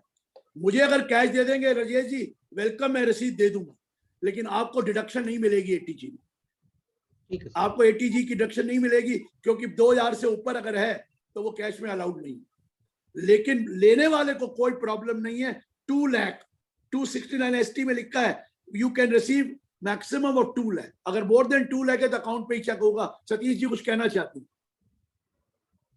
सतीश जी बोलो। यार राजीव ने जी में हाथ खड़ा किया था। नहीं सर, मैंने कुछ नहीं कह रहा मैं सर। अच्छा सर, लेकिन सर आपने नहीं कहा, राजीव जी ने भी हाथ खड़ा किया था। चलो, I am approved education trust under section 12A, my annual receipt is less than 5 crore, can I take benefit under section 1023C provided you are a for registration educational institution or hospital? तो आप यहाँ से निकल के वहां चले जाइए, लेकिन ये बता दो जिस दिन 5 करोड़ से ऊपर हुआ तो फर्स्ट टाइम अप्रूवल लेनी पड़ेगी दोबारा। 12A मत करिए, तो वहां चले जाइए। मैं तो कहूंगा 12A में अप्लाई कर दीजिए, अप्लाई करके री अप्रूवल ले लीजिए, लेकिन 1023C में जा सकते हैं, मना कौन कर रहा है? वहां तो ऐसा कोई अप्रूवल की जरूरत नहीं है। आप 5 करोड़ जब तक है वहां जाइए, 5 करोड़ के बाद हो तो इधर आ जाइए। Sir, if land and building received in grant or donation, nil cost and building written down value or actual cost shown in form 10A. क्या फर्क पड़ता है रिटर्न डाउन? आपकी तो जो वैल्यू है वो तो उसकी वैल्यू को जो आपने अपनी किताबों में दिखाया लिख दीजिए, और वो लिख दीजिए। आपने तो कुछ दिखाया होगा, 1 रुपया दिखाया होगा, कुछ तो दिखाया होगा, या कॉर्पस में उसकी वैल्यू दिखाई होगी। आज पर बुक्स में करना है आपको, नई चीज क्या है? जो बुक्स में दिखाया वो दिखाइए। लेकिन डिटेल तो देनी पड़ेगी लैंड एंड बिल्डिंग की। Sir, in case of SMBD Sri Mata Vaishno Devi Shrine Board, which is a charitable trust board, in this case, donation received through online modes will issue certificate to the donor, but in case of donation received in the head box, what will be the treatment of? वो voluntary contribution है, वो specific नहीं है, उसके लिए तो deduction ATG की लेता ही नहीं है डोनेशन। जो बॉक्स में डोनेशन आती है उसकी एटीजी कहाँ से मिलती है? एटीजी के लिए है यार, ये एटीजी में है ही नहीं, तो इसको कोई जरूरत नहीं है। इसके लिए तो आप नॉर्मल उसको वॉलंटरी कंट्रीब्यूशन मानो और ले लो, कोई दिक्कत नहीं। आप तो उसको अमाउंट वॉलंटरी कंट्रीब्यूशन मानेंगे, डोनेशन नहीं मानेंगे। इसके लिए कोई जरूरत नहीं है। जिसको एटीजी की डिडक्शन लेनी है उसके लिए जरूरत है ना, उसने आपको। हाँ जी जगजीत जी बोलिए। Trust running publication. अरे जग जी का पहले जरा सुनने दो ना। हाँ जी sir. Good evening sir. Good evening sir. Good evening sir. इसमें जो बेट बॉक्स वाला है ना, आजकल क्या हो रहा है कि कुछ धार्मिक स्थान पे मैंने देखा है कि उसमें ORM और जो कोड आता है ना सर, QR वाला जो कोड है वो भी लगा दिया गया। तो उसमें जब डिजिटली हम उसको मोबाइल से स्कैन करके पेमेंट करते हैं तो हमारी डिटेल उसमें चली जाती है। उसमें एटीजी हो सकता है सर? नहीं, उसमें तो डेफिनेटली हो सकता है, क्योंकि आपका पास डोनर का नाम एड्रेस है ना। नंबर तो नहीं है, नाम एड्रेस नहीं है, वो अनोनिमस डोनेशन है। और आपको पता है अनोनिमस डोनेशन 1 लाख से या 5% से ज्यादा हो तो टैक्सेबल है जी, सिर्फ रिलीजियस को नहीं है। तो रिलीजियस को तो हम कहते हैं नहीं, रिलीजियस को तो गुप्त दान ही मिलता है, तो इसलिए कोई दिक्कत नहीं है। लेकिन एटीजी लेने वाले के लिए वो रिटर्न भरनी जरूरी है। Thank you sir. Thank you. Trust running publication in which it is receiving a subscription income, what will be its status? कोई फर्क नहीं पड़ता, अगर सब्सक्रिप्शन है और वो अगर नॉमिनल है तो अलग बात है, नहीं तो इंसिडेंटल करके भी कर सकते हैं। Attainment the objective of the trust. Apply for ATG in 18-19, but CIT reject the application after this. ITAT instruct to CIT to grant ATG, but till now CIT has not issued certificate. Now can we apply fresh? और आप तो जाके वहां press करिए कि हमें दीजिए, नहीं तो हमें अप्लाई करना है, वहां करिए ना। अभी तक तो आपके पास सर्टिफिकेट है नहीं, अभी तक तो अप्रूवल का नहीं है, तो आपको कैसे अप्लाई नहीं करना पड़ेगा? फिर तो करना पड़ेगा, आपको तो लेना पड़ेगा जाकर to get this done before 30 June, so that you can make an application for renewal. नहीं तो फिर फर्स्ट टाइम अप्रूवल के लिए जाना पड़ेगा, और जब वो आएगी तब देखना पड़ेगा। पेंडिंग एप्लीकेशन के लिए कोई लिखा नहीं है उन्होंने। Next question. If we make 3 modifications to trust deed during 3 different months, should we apply for registration 3 times? अगर वो ऑब्जेक्ट्स के डिफरेंट है, not for the purpose for which you are establish, तब तो हर महीने के अंदर from the date of modification आपको दोबारा अप्लाई करना है 10 AB में। लेकिन अगर वो नॉर्मल है modification which is not against the object for which you are establish, तो नहीं करना। एक सेकंड सर, ये रिपीट है क्वेश्चन, मेंबर ने दोबारा से डाल दिए हैं। Is the receipt of RWA taxable when all the receipt are from members only? क्या बातें कर रहे हैं, तो म्यूचुअल एसोसिएशन है यार, इसका कोई चैरिटी वैरिटी थोड़ी है, ये तो म्यूचुअल करेक्टर है एक, इसके लिए तो कोई रिटर्न भी नहीं है। रिटर्न तो तब जाती है जब इस म्यूचुअल एसोसिएशन के पास other income, outside income other than member से आती है मोर देन 2,50,000, प्रोवाइडेड ये रजिस्टर्ड एसोसिएशन है। तो ये तो म्यूचुअल करेक्टर में कुछ नहीं होता है। Sir what about CSR funds and trust? CSR क्या? CSR फंड्स, उसको CSR का मिलेगा, उसकी भी डिटेल जानी है। बात क्या हो गई? उसकी भी डिटेल वेदर हॉस्टल में जा रही है, whether hostel facility by an educational institution falls under incidental to the attainment of the objective of the trust, allowed separate accounts to be maintained.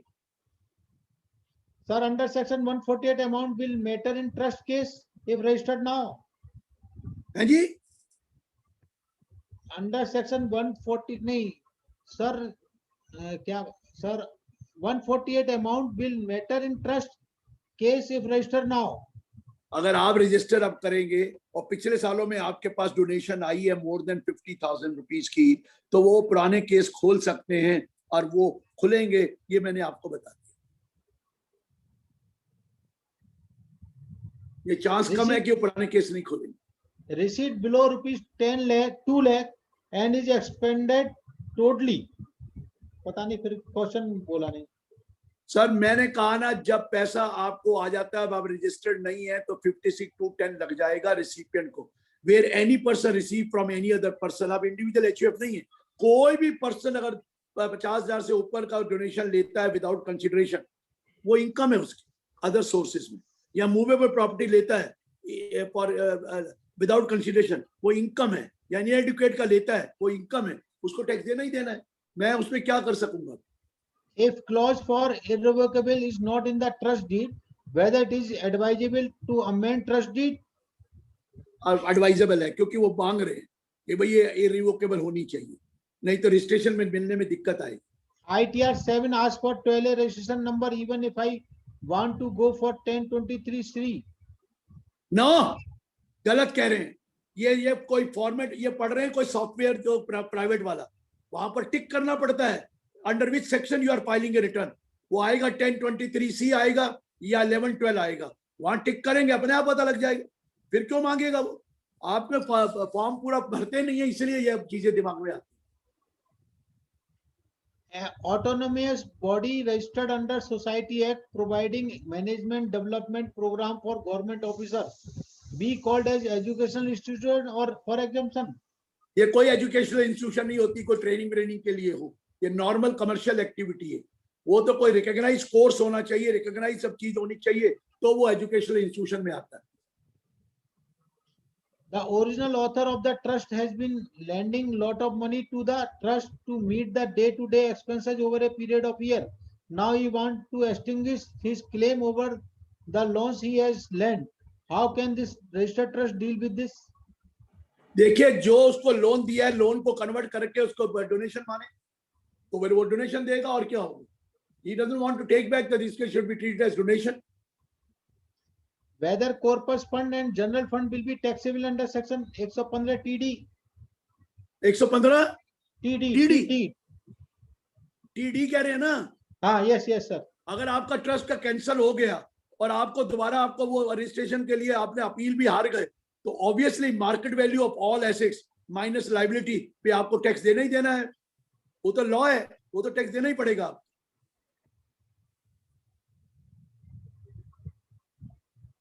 Can revised form 10A be filed to rectify the mistake in the original form?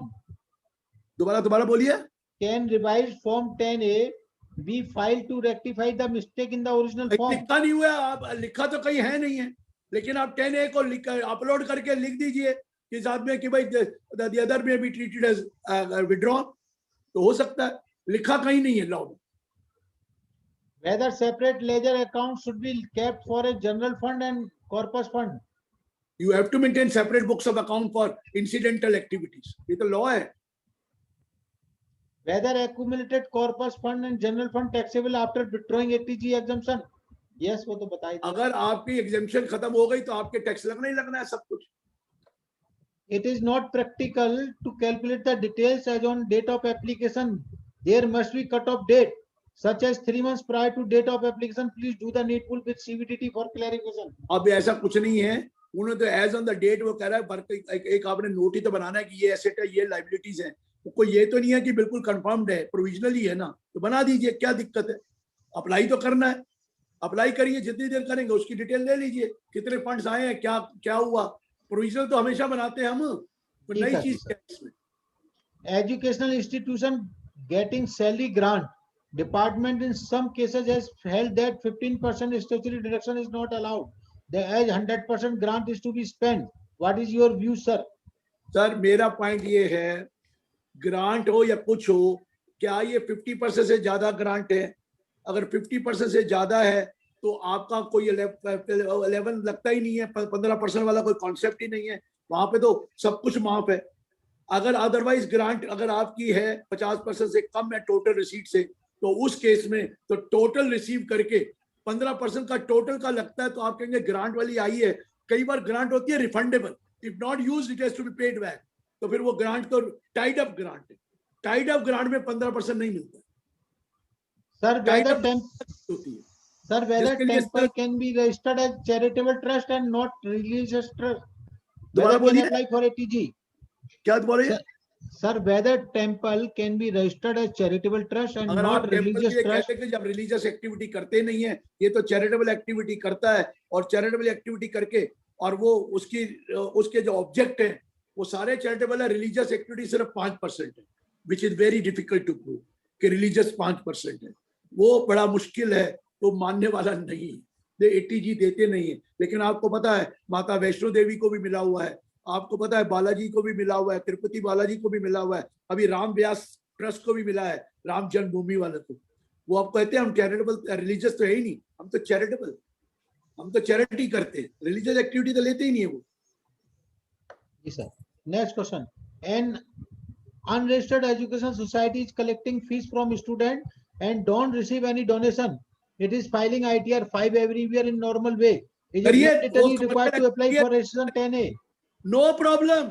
वो अगर आप commercial activity कर रहे हैं, इधर income दिखा रहे हैं, उधर एक्सपेंसेस करा रहे हैं, तो आपके पास कोई डोनेशन नहीं है, तो आप फॉर्म 5 भरिए, लेकिन फॉर्म 5 में आपको पता है मैक्सिमम मार्जिनल रेट पे टैक्स लगेगा, जो भी सरप्लस आएगा, बस कोई दिक्कत नहीं। ये चल रहा है, ये तो कई प्राइवेट इंस्टीट्यूट्स हैं, वो क्या मतलब है, उसमें क्या दिक्कत है? Whether one charitable trust can give donation to other charitable trust? If yes, what is the condition for donor and donee? Current income का दे सकते हैं, क्यूमुलेटेड इनकम का डोनेशन नहीं दे सकते, करंट इनकम और कॉर्पस के लिए नहीं दे सकते। अगर आप कॉर्पस के लिए डोनेशन देंगे तो आपको एप्लीकेशन नहीं माना जाएगा, हालांकि उसका कॉर्पस माना जाएगा, आपका एप्लीकेशन नहीं। कोई प्रॉब्लम नहीं है, out of current income you can donate the money to the another trust, but that must be current income, that should not be for corpus. आप नहीं खर्च करेंगे तो उसको खर्च करना पड़ेगा, करना तो पड़ेगा ही पड़ेगा। अगर कॉर्पस के लिए देंगे तो एप्लीकेशन नहीं मांगा जाएगा। Whether Section 8 company is required to register with Charity Commissioner in case of Mumbai Section 8 company? Sir देखिए, मुंबई का लॉ मुझे नहीं आता, पब्लिक वेलफेयर ट्रस्ट मुंबई का मुंबई में देखो, I don't know what is covered under public welfare trust. In Form 10A, we have to choose section code for 12A renewal. Please advise which section code to choose, 12A1A or 12A1. Sir मैंने बोला 12A subsection 1 clause AC के नीचे जो clauses हैं उसमें I और VI, I है री रजिस्ट्रेशन और VI है फर्स्ट टाइम अप्रूवल, इन दोनों के लिए फॉर्म 10A भरना है। और फिर उसके बाद है section 12A1AC clause 2I 3I IV V, इनके लिए 10AB भरना है। इसमें एक है रिन्यूअल के लिए 2, 3 है रेगुलर के लिए, 4th है जब ऑब्जेक्ट चेंज करेंगे, और 6th है 11/7 में इनऑपरेटिव होगा, 5th है वो 10AB। ये है 10-year existing trust receiving grant from government but never registered for 12A nor filed ITR, can it be opened for 148? Sir देखिए, मैंने आपको बोला उनकी इनकम एग्जेम्प्ट है 1023C3IAB में, उनको ग्रांट मिलती है। ये कुछ साल पहले रिटर्न ऑफ इनकम मैंडेटरी हो गया, पहले तो रिटर्न ऑफ इनकम मैंडेटरी नहीं था, बाकी कंडीशनें तो कुछ है ही नहीं, क्योंकि रिटर्न ऑफ इनकम मैंडेटरी हो गया है, सिर्फ वो भी एक वॉच करने के लिए कि वो उसी के अंदर कवर हो रहे हैं। लेकिन अभी तक कईयों ने रिटर्नें नहीं भरी हैं, तो दिक्कत ये है, मुझे नहीं लगता कुछ होने वाला है, क्योंकि वहां ये नहीं लिखा कि आपको एग्जेम्पशन विड्रॉ मिल जाएगी, वो लिखा you have to file return of income. वो फाइल नहीं करी है, उसकी पेनल्टी लग जाए या क्या करे। ये गवर्नमेंट इंस्टीट्यूशन कई हैं जो ने अभी तक, यूनिवर्सिटीज भी हैं, अभी तक रिटर्न नहीं भरे, जबकि कंपलसरी हो गया रिटर्न भरना, लेकिन उसमें क्लॉज नहीं लिखा हुआ कि उसमें क्या होगा अगर रिटर्न नहीं भरेंगे।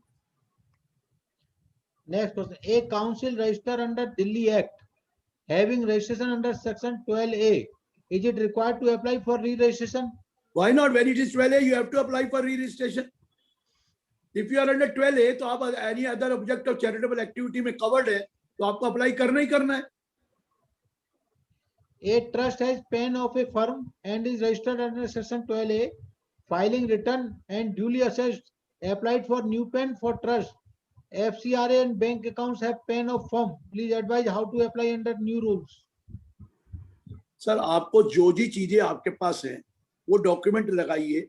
आप ऑलरेडी रजिस्टर्ड हैं तो आपके पास रजिस्ट्रेशन सर्टिफिकेट होगा, आपके पास रजिस्ट्रेशन नंबर होगा, आप जो ट्रस्ट क्रिएट किया उसकी कोई रजिस्ट्रेशन, ये तो होगा ना किस कॉन्स्टिट्यूशन में क्रिएटेड किया, सोसाइटी है तो सोसाइटी का रजिस्ट्रेशन लगाइए, ट्रस्ट है तो ट्रस्ट डीड लगाइए, ट्रस्ट डीड का जो रजिस्ट्रेशन कराया रजिस्ट्रार ऑफ ट्रस्ट के पास वो कराइए। आपके पास सेक्शन 8 है तो मेमोरेंडम आर्टिकल दीजिए और सर्टिफिकेट ऑफ इनकॉर्पोरेशन दीजिए। ये कागज तो आपको है ही आपके पास, ये तो सब लगाने ही लगाने हैं, इसमें क्या दिक्कत है? Can yoga trust covered under 1023C? No, yoga is not covered under 1023C. It is covered under 1112.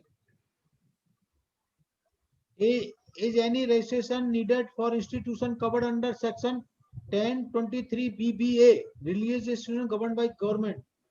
Sir आपको एक चीज मैं बता दूं, आप सेक्शन 139 सबसेक्शन 4C में जाइए, वहां पर एक लिस्ट दे रखी है जिनके लिए रिटर्न ऑफ इनकम मैंडेटरी है, बाकियों के लिए रिटर्न ऑफ इनकम मैंडेटरी नहीं है।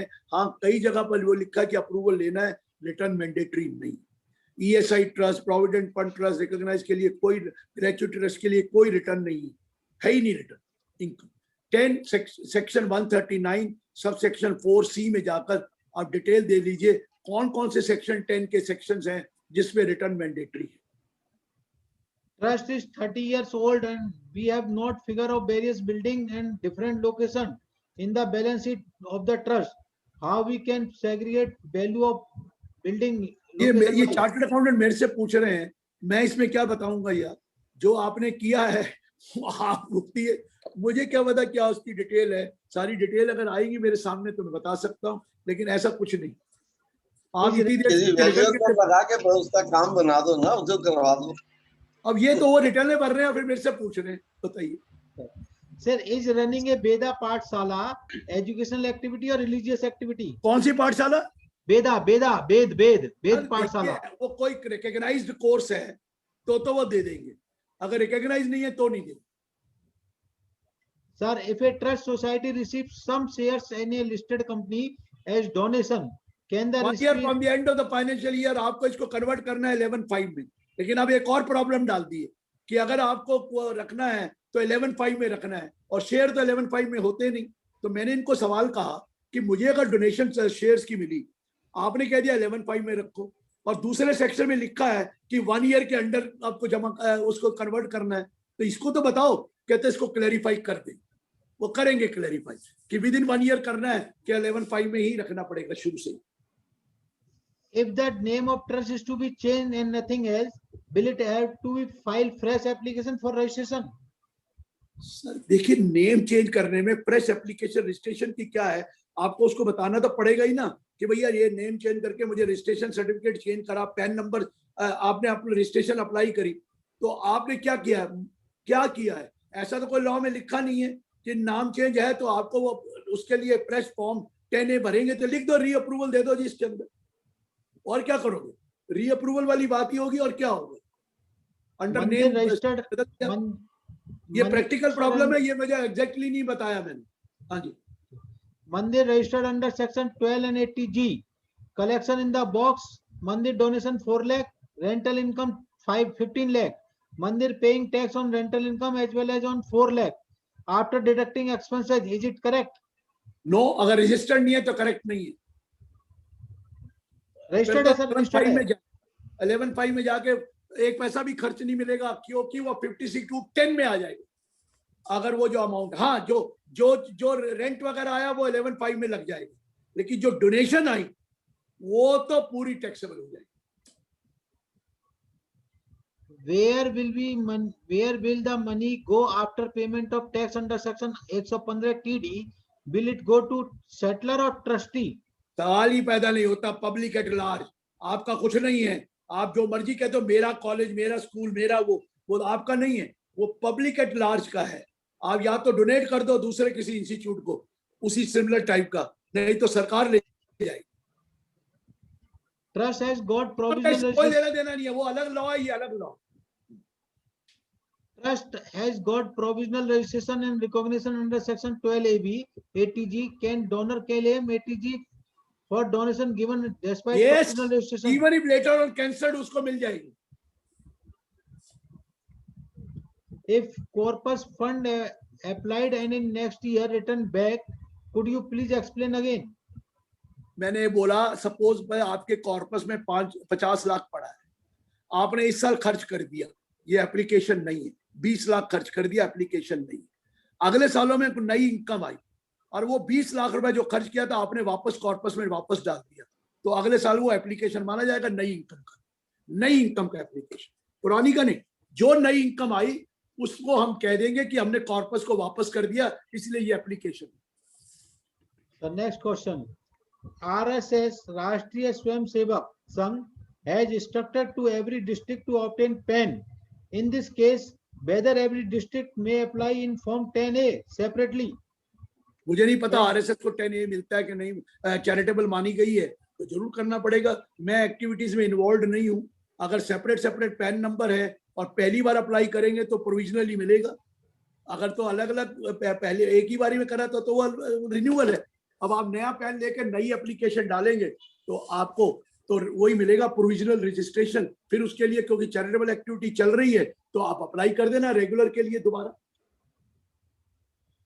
In a charitable trust, if donation received more than 2.5 lakh and expended and return not filed, trust made 2 years back, any problem?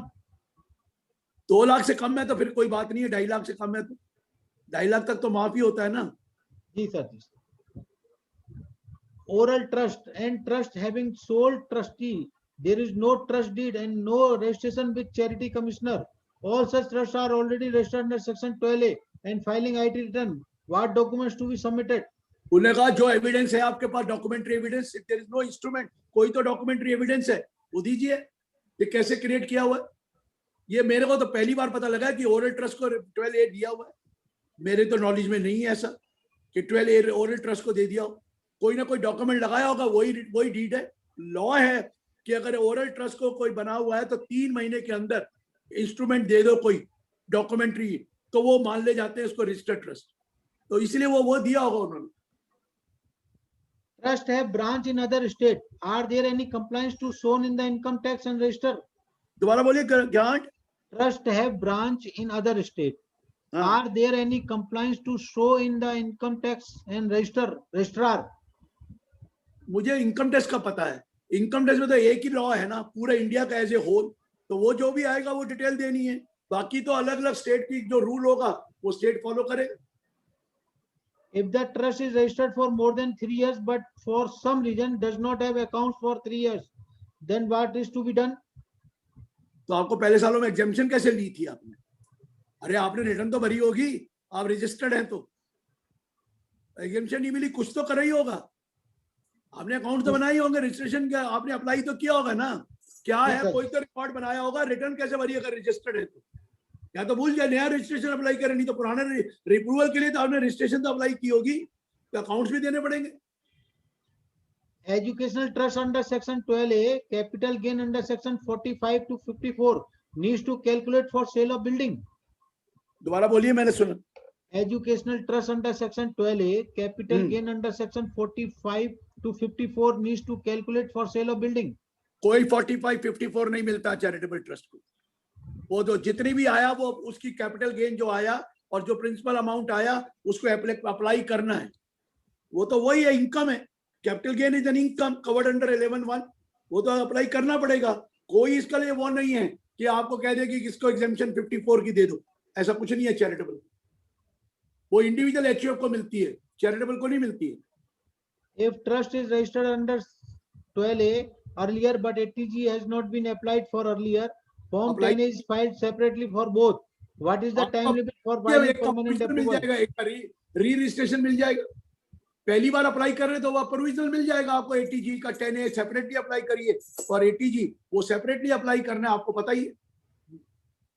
If we take registration under section 12A of educational trust but receipt less than 5 crore, can we take benefit under section 23? I told you yes, provided you don't have any other activity except the educational or a hospital.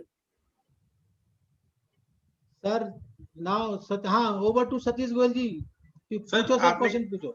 आपने कहा जो corpus fund आया उसको 11(5) में रखना है। 11(5) में एक स्पेसिफिक जो भी इन्वेस्टमेंट है वहां पैसा इन्वेस्ट हो गया। अब जब पैसा इन्वेस्ट हो गया तो उसे यूज अप्लाई कैसे करेंगे? हमने नॉर्मली उसमें सर बैंक में रखा है तो बैंक से तो निकाल सकते हैं। पहला पॉइंट। एक एफडीआर में रखा तो एफडीआर कैश करा सकते हैं।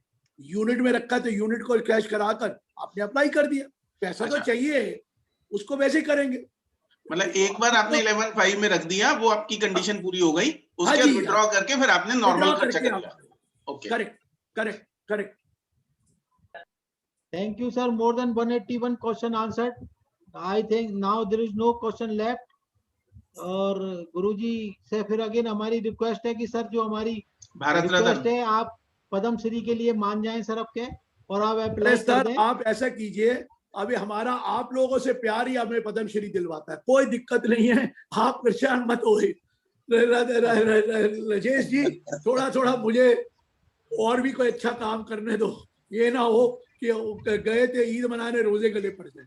पर एक इसमें क्वेश्चन है, जिसको भी मतलब जो भी जैसे आप आपकी बात कर रहे हैं, नॉर्मली अपने आप कौन नॉमिनेट करने की बात करता है? मुझे नहीं पता, ये राजेश जी बता रहे हैं। मुझे भी किसी ने कहा हम सबको मिलके लगा देना चाहिए एप्लीकेशन। गोयल साहब उसमें ये है कि पहले ना जो सेल्फ एक प्रपोज करना पड़ता है अपने आप को, उसके बाद ये सारी प्रोसेस शुरू होती है। एनीवे रिकमेंडेशन आती है, मुझे नहीं पता है, ये मुझे भी बताया गया और राजेश जी ने भी कंफर्म किया, पर मेरे को पता नहीं है। वो कहते हैं मिनिस्ट्री ऑफ होम अफेयर में कहीं अप्लाई करना पड़ता है, हमें तो पता नहीं। अब तो बाबा रामदेव जी ने भी हाँ भर दिया कि सर आप, और रामदेव जी ने ये थोड़ी कहा कि मैं पद्म श्री का लिए आप तो अप्लाई करूंगा, मुझे पता ही नहीं है। एनीवे सर डिक्लेरेशन देनी पड़ेगी, पर ये हम कंफर्म कर रहे हैं सर, मिलना जरूर चाहिए, भारत रत्न भी मिलना चाहिए जैसा। बस करो सर, बस करो सर, इतना ही रहने दो, मुझे जमीन पे रहने दो, ऊपर मत लेके जाओ। एनीवे सर ग्राउंडेड होना बेटर है। सर एक चीज मैं आपसे शेयर करना चाहता हूं सर, ग्राउंडेड।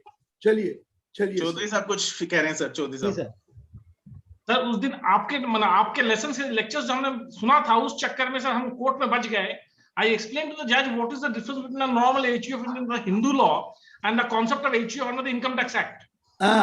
उसके थोड़ी देर जज सुनने के बाद बोला you have a detailed knowledge about HUF, मुझे और समझाओ। मैंने कहा सर इससे ज्यादा नहीं समझा पाऊंगा, जितना सर ने समझाया उतना ही समझा पाऊंगा आपको। सर किसी को कुछ नहीं पता है, ये मैं बता दूं, चल रहा है चलने दीजिए। कई जजमेंट आती है जो हिंदू लॉ के हिसाब से आ जाती है, हिंदू सक्सेशन एक्ट के हिसाब से नहीं आती, बहुत जजमेंट ऐसी। सर उस दिन तो एक इंटरेस्टिंग केस देखा, Mohammed Ismail and company HUF। हाँ वो भी है। सर एक जो क्वेश्चन है कि विवाद टू विश्वास में जो 125% लगा दिया था, जो 25% स्टे अभी नोटिफाई नहीं हुआ है। नहीं वो जो है वो तो अपने अप्लाई कर दो, अपना फॉर्म 3 चेंज करवा लो। अब फॉर्म 3 चेंज नहीं होता तो बाद में कर देंगे, वो डोंट वरी। वो मैं समझ गया, आप वो कह रहे हैं जो कोर्ट की जो इन्होंने मान लिया कि 100% लगेगा, वही बात कह रहे हैं ना जो 100% मानकर। सर जो सर्च केस मान करके 125% लगाया है इन्होंने, वही तो कह रहा हूँ ना सर। वो तो कमिश्नर के पास जाइए डेजिग्नेटेड की, वो फॉर्म 3 चेंज कर देगा। नहीं तो आप उतना पैसे जमा करा के लिख दीजिए कि भाई बाद में चेंज कर देंगे, क्योंकि वो एक्सेप्ट कर चुके हैं वो बात को। Okay sir, thank you very much. Withdraw हो गया वहां से। चलिए गुरुजी, सुनील दत्त पहले VSVS का आया था 125% वाला, वो साइट में से उन्होंने हटा दिया है सुओ मोटो, और नया तो बात खत्म हो गई, फिर तो बात ही खत्म हो गई। और वो पेंडिंग दिखा रहा है कि पेंडिंग अभी फॉर्म 3 इशू नहीं हुआ उस केस के अंदर। तो फॉर्म 3 दोबारा अप्लाई दे देंगे वो, नहीं तो आप कांटेक्ट करिए ना। आजकल तो वो आगे पीछे घूम रहे हैं, वो देंगे आपको फॉर्म 3 तो। Thank you sir, and over to Sunil Dhamija ji for vote of thanks. Thank you very much sir. How do we thank you, हमारे पास तो शब्द ही नहीं है, लेकिन the way you have explained the law and remove all the doubts of all the participants, almost 180 exceeding that, is really excellent. और that shows के आने वाले टाइम में और अभी आपके पास कितना ऐसा मटेरियल है कि आप हमें गाइड करते रहेंगे। We are always looking towards you for the guidance in future also. Thanks a lot. Always welcome sir, always welcome. Thank you sir, thank you sir. Thank you. All the best. Take care. Thank you sir, thank you. Take care. Stay healthy sir, stay healthy. Thank you sir. Thank you very much.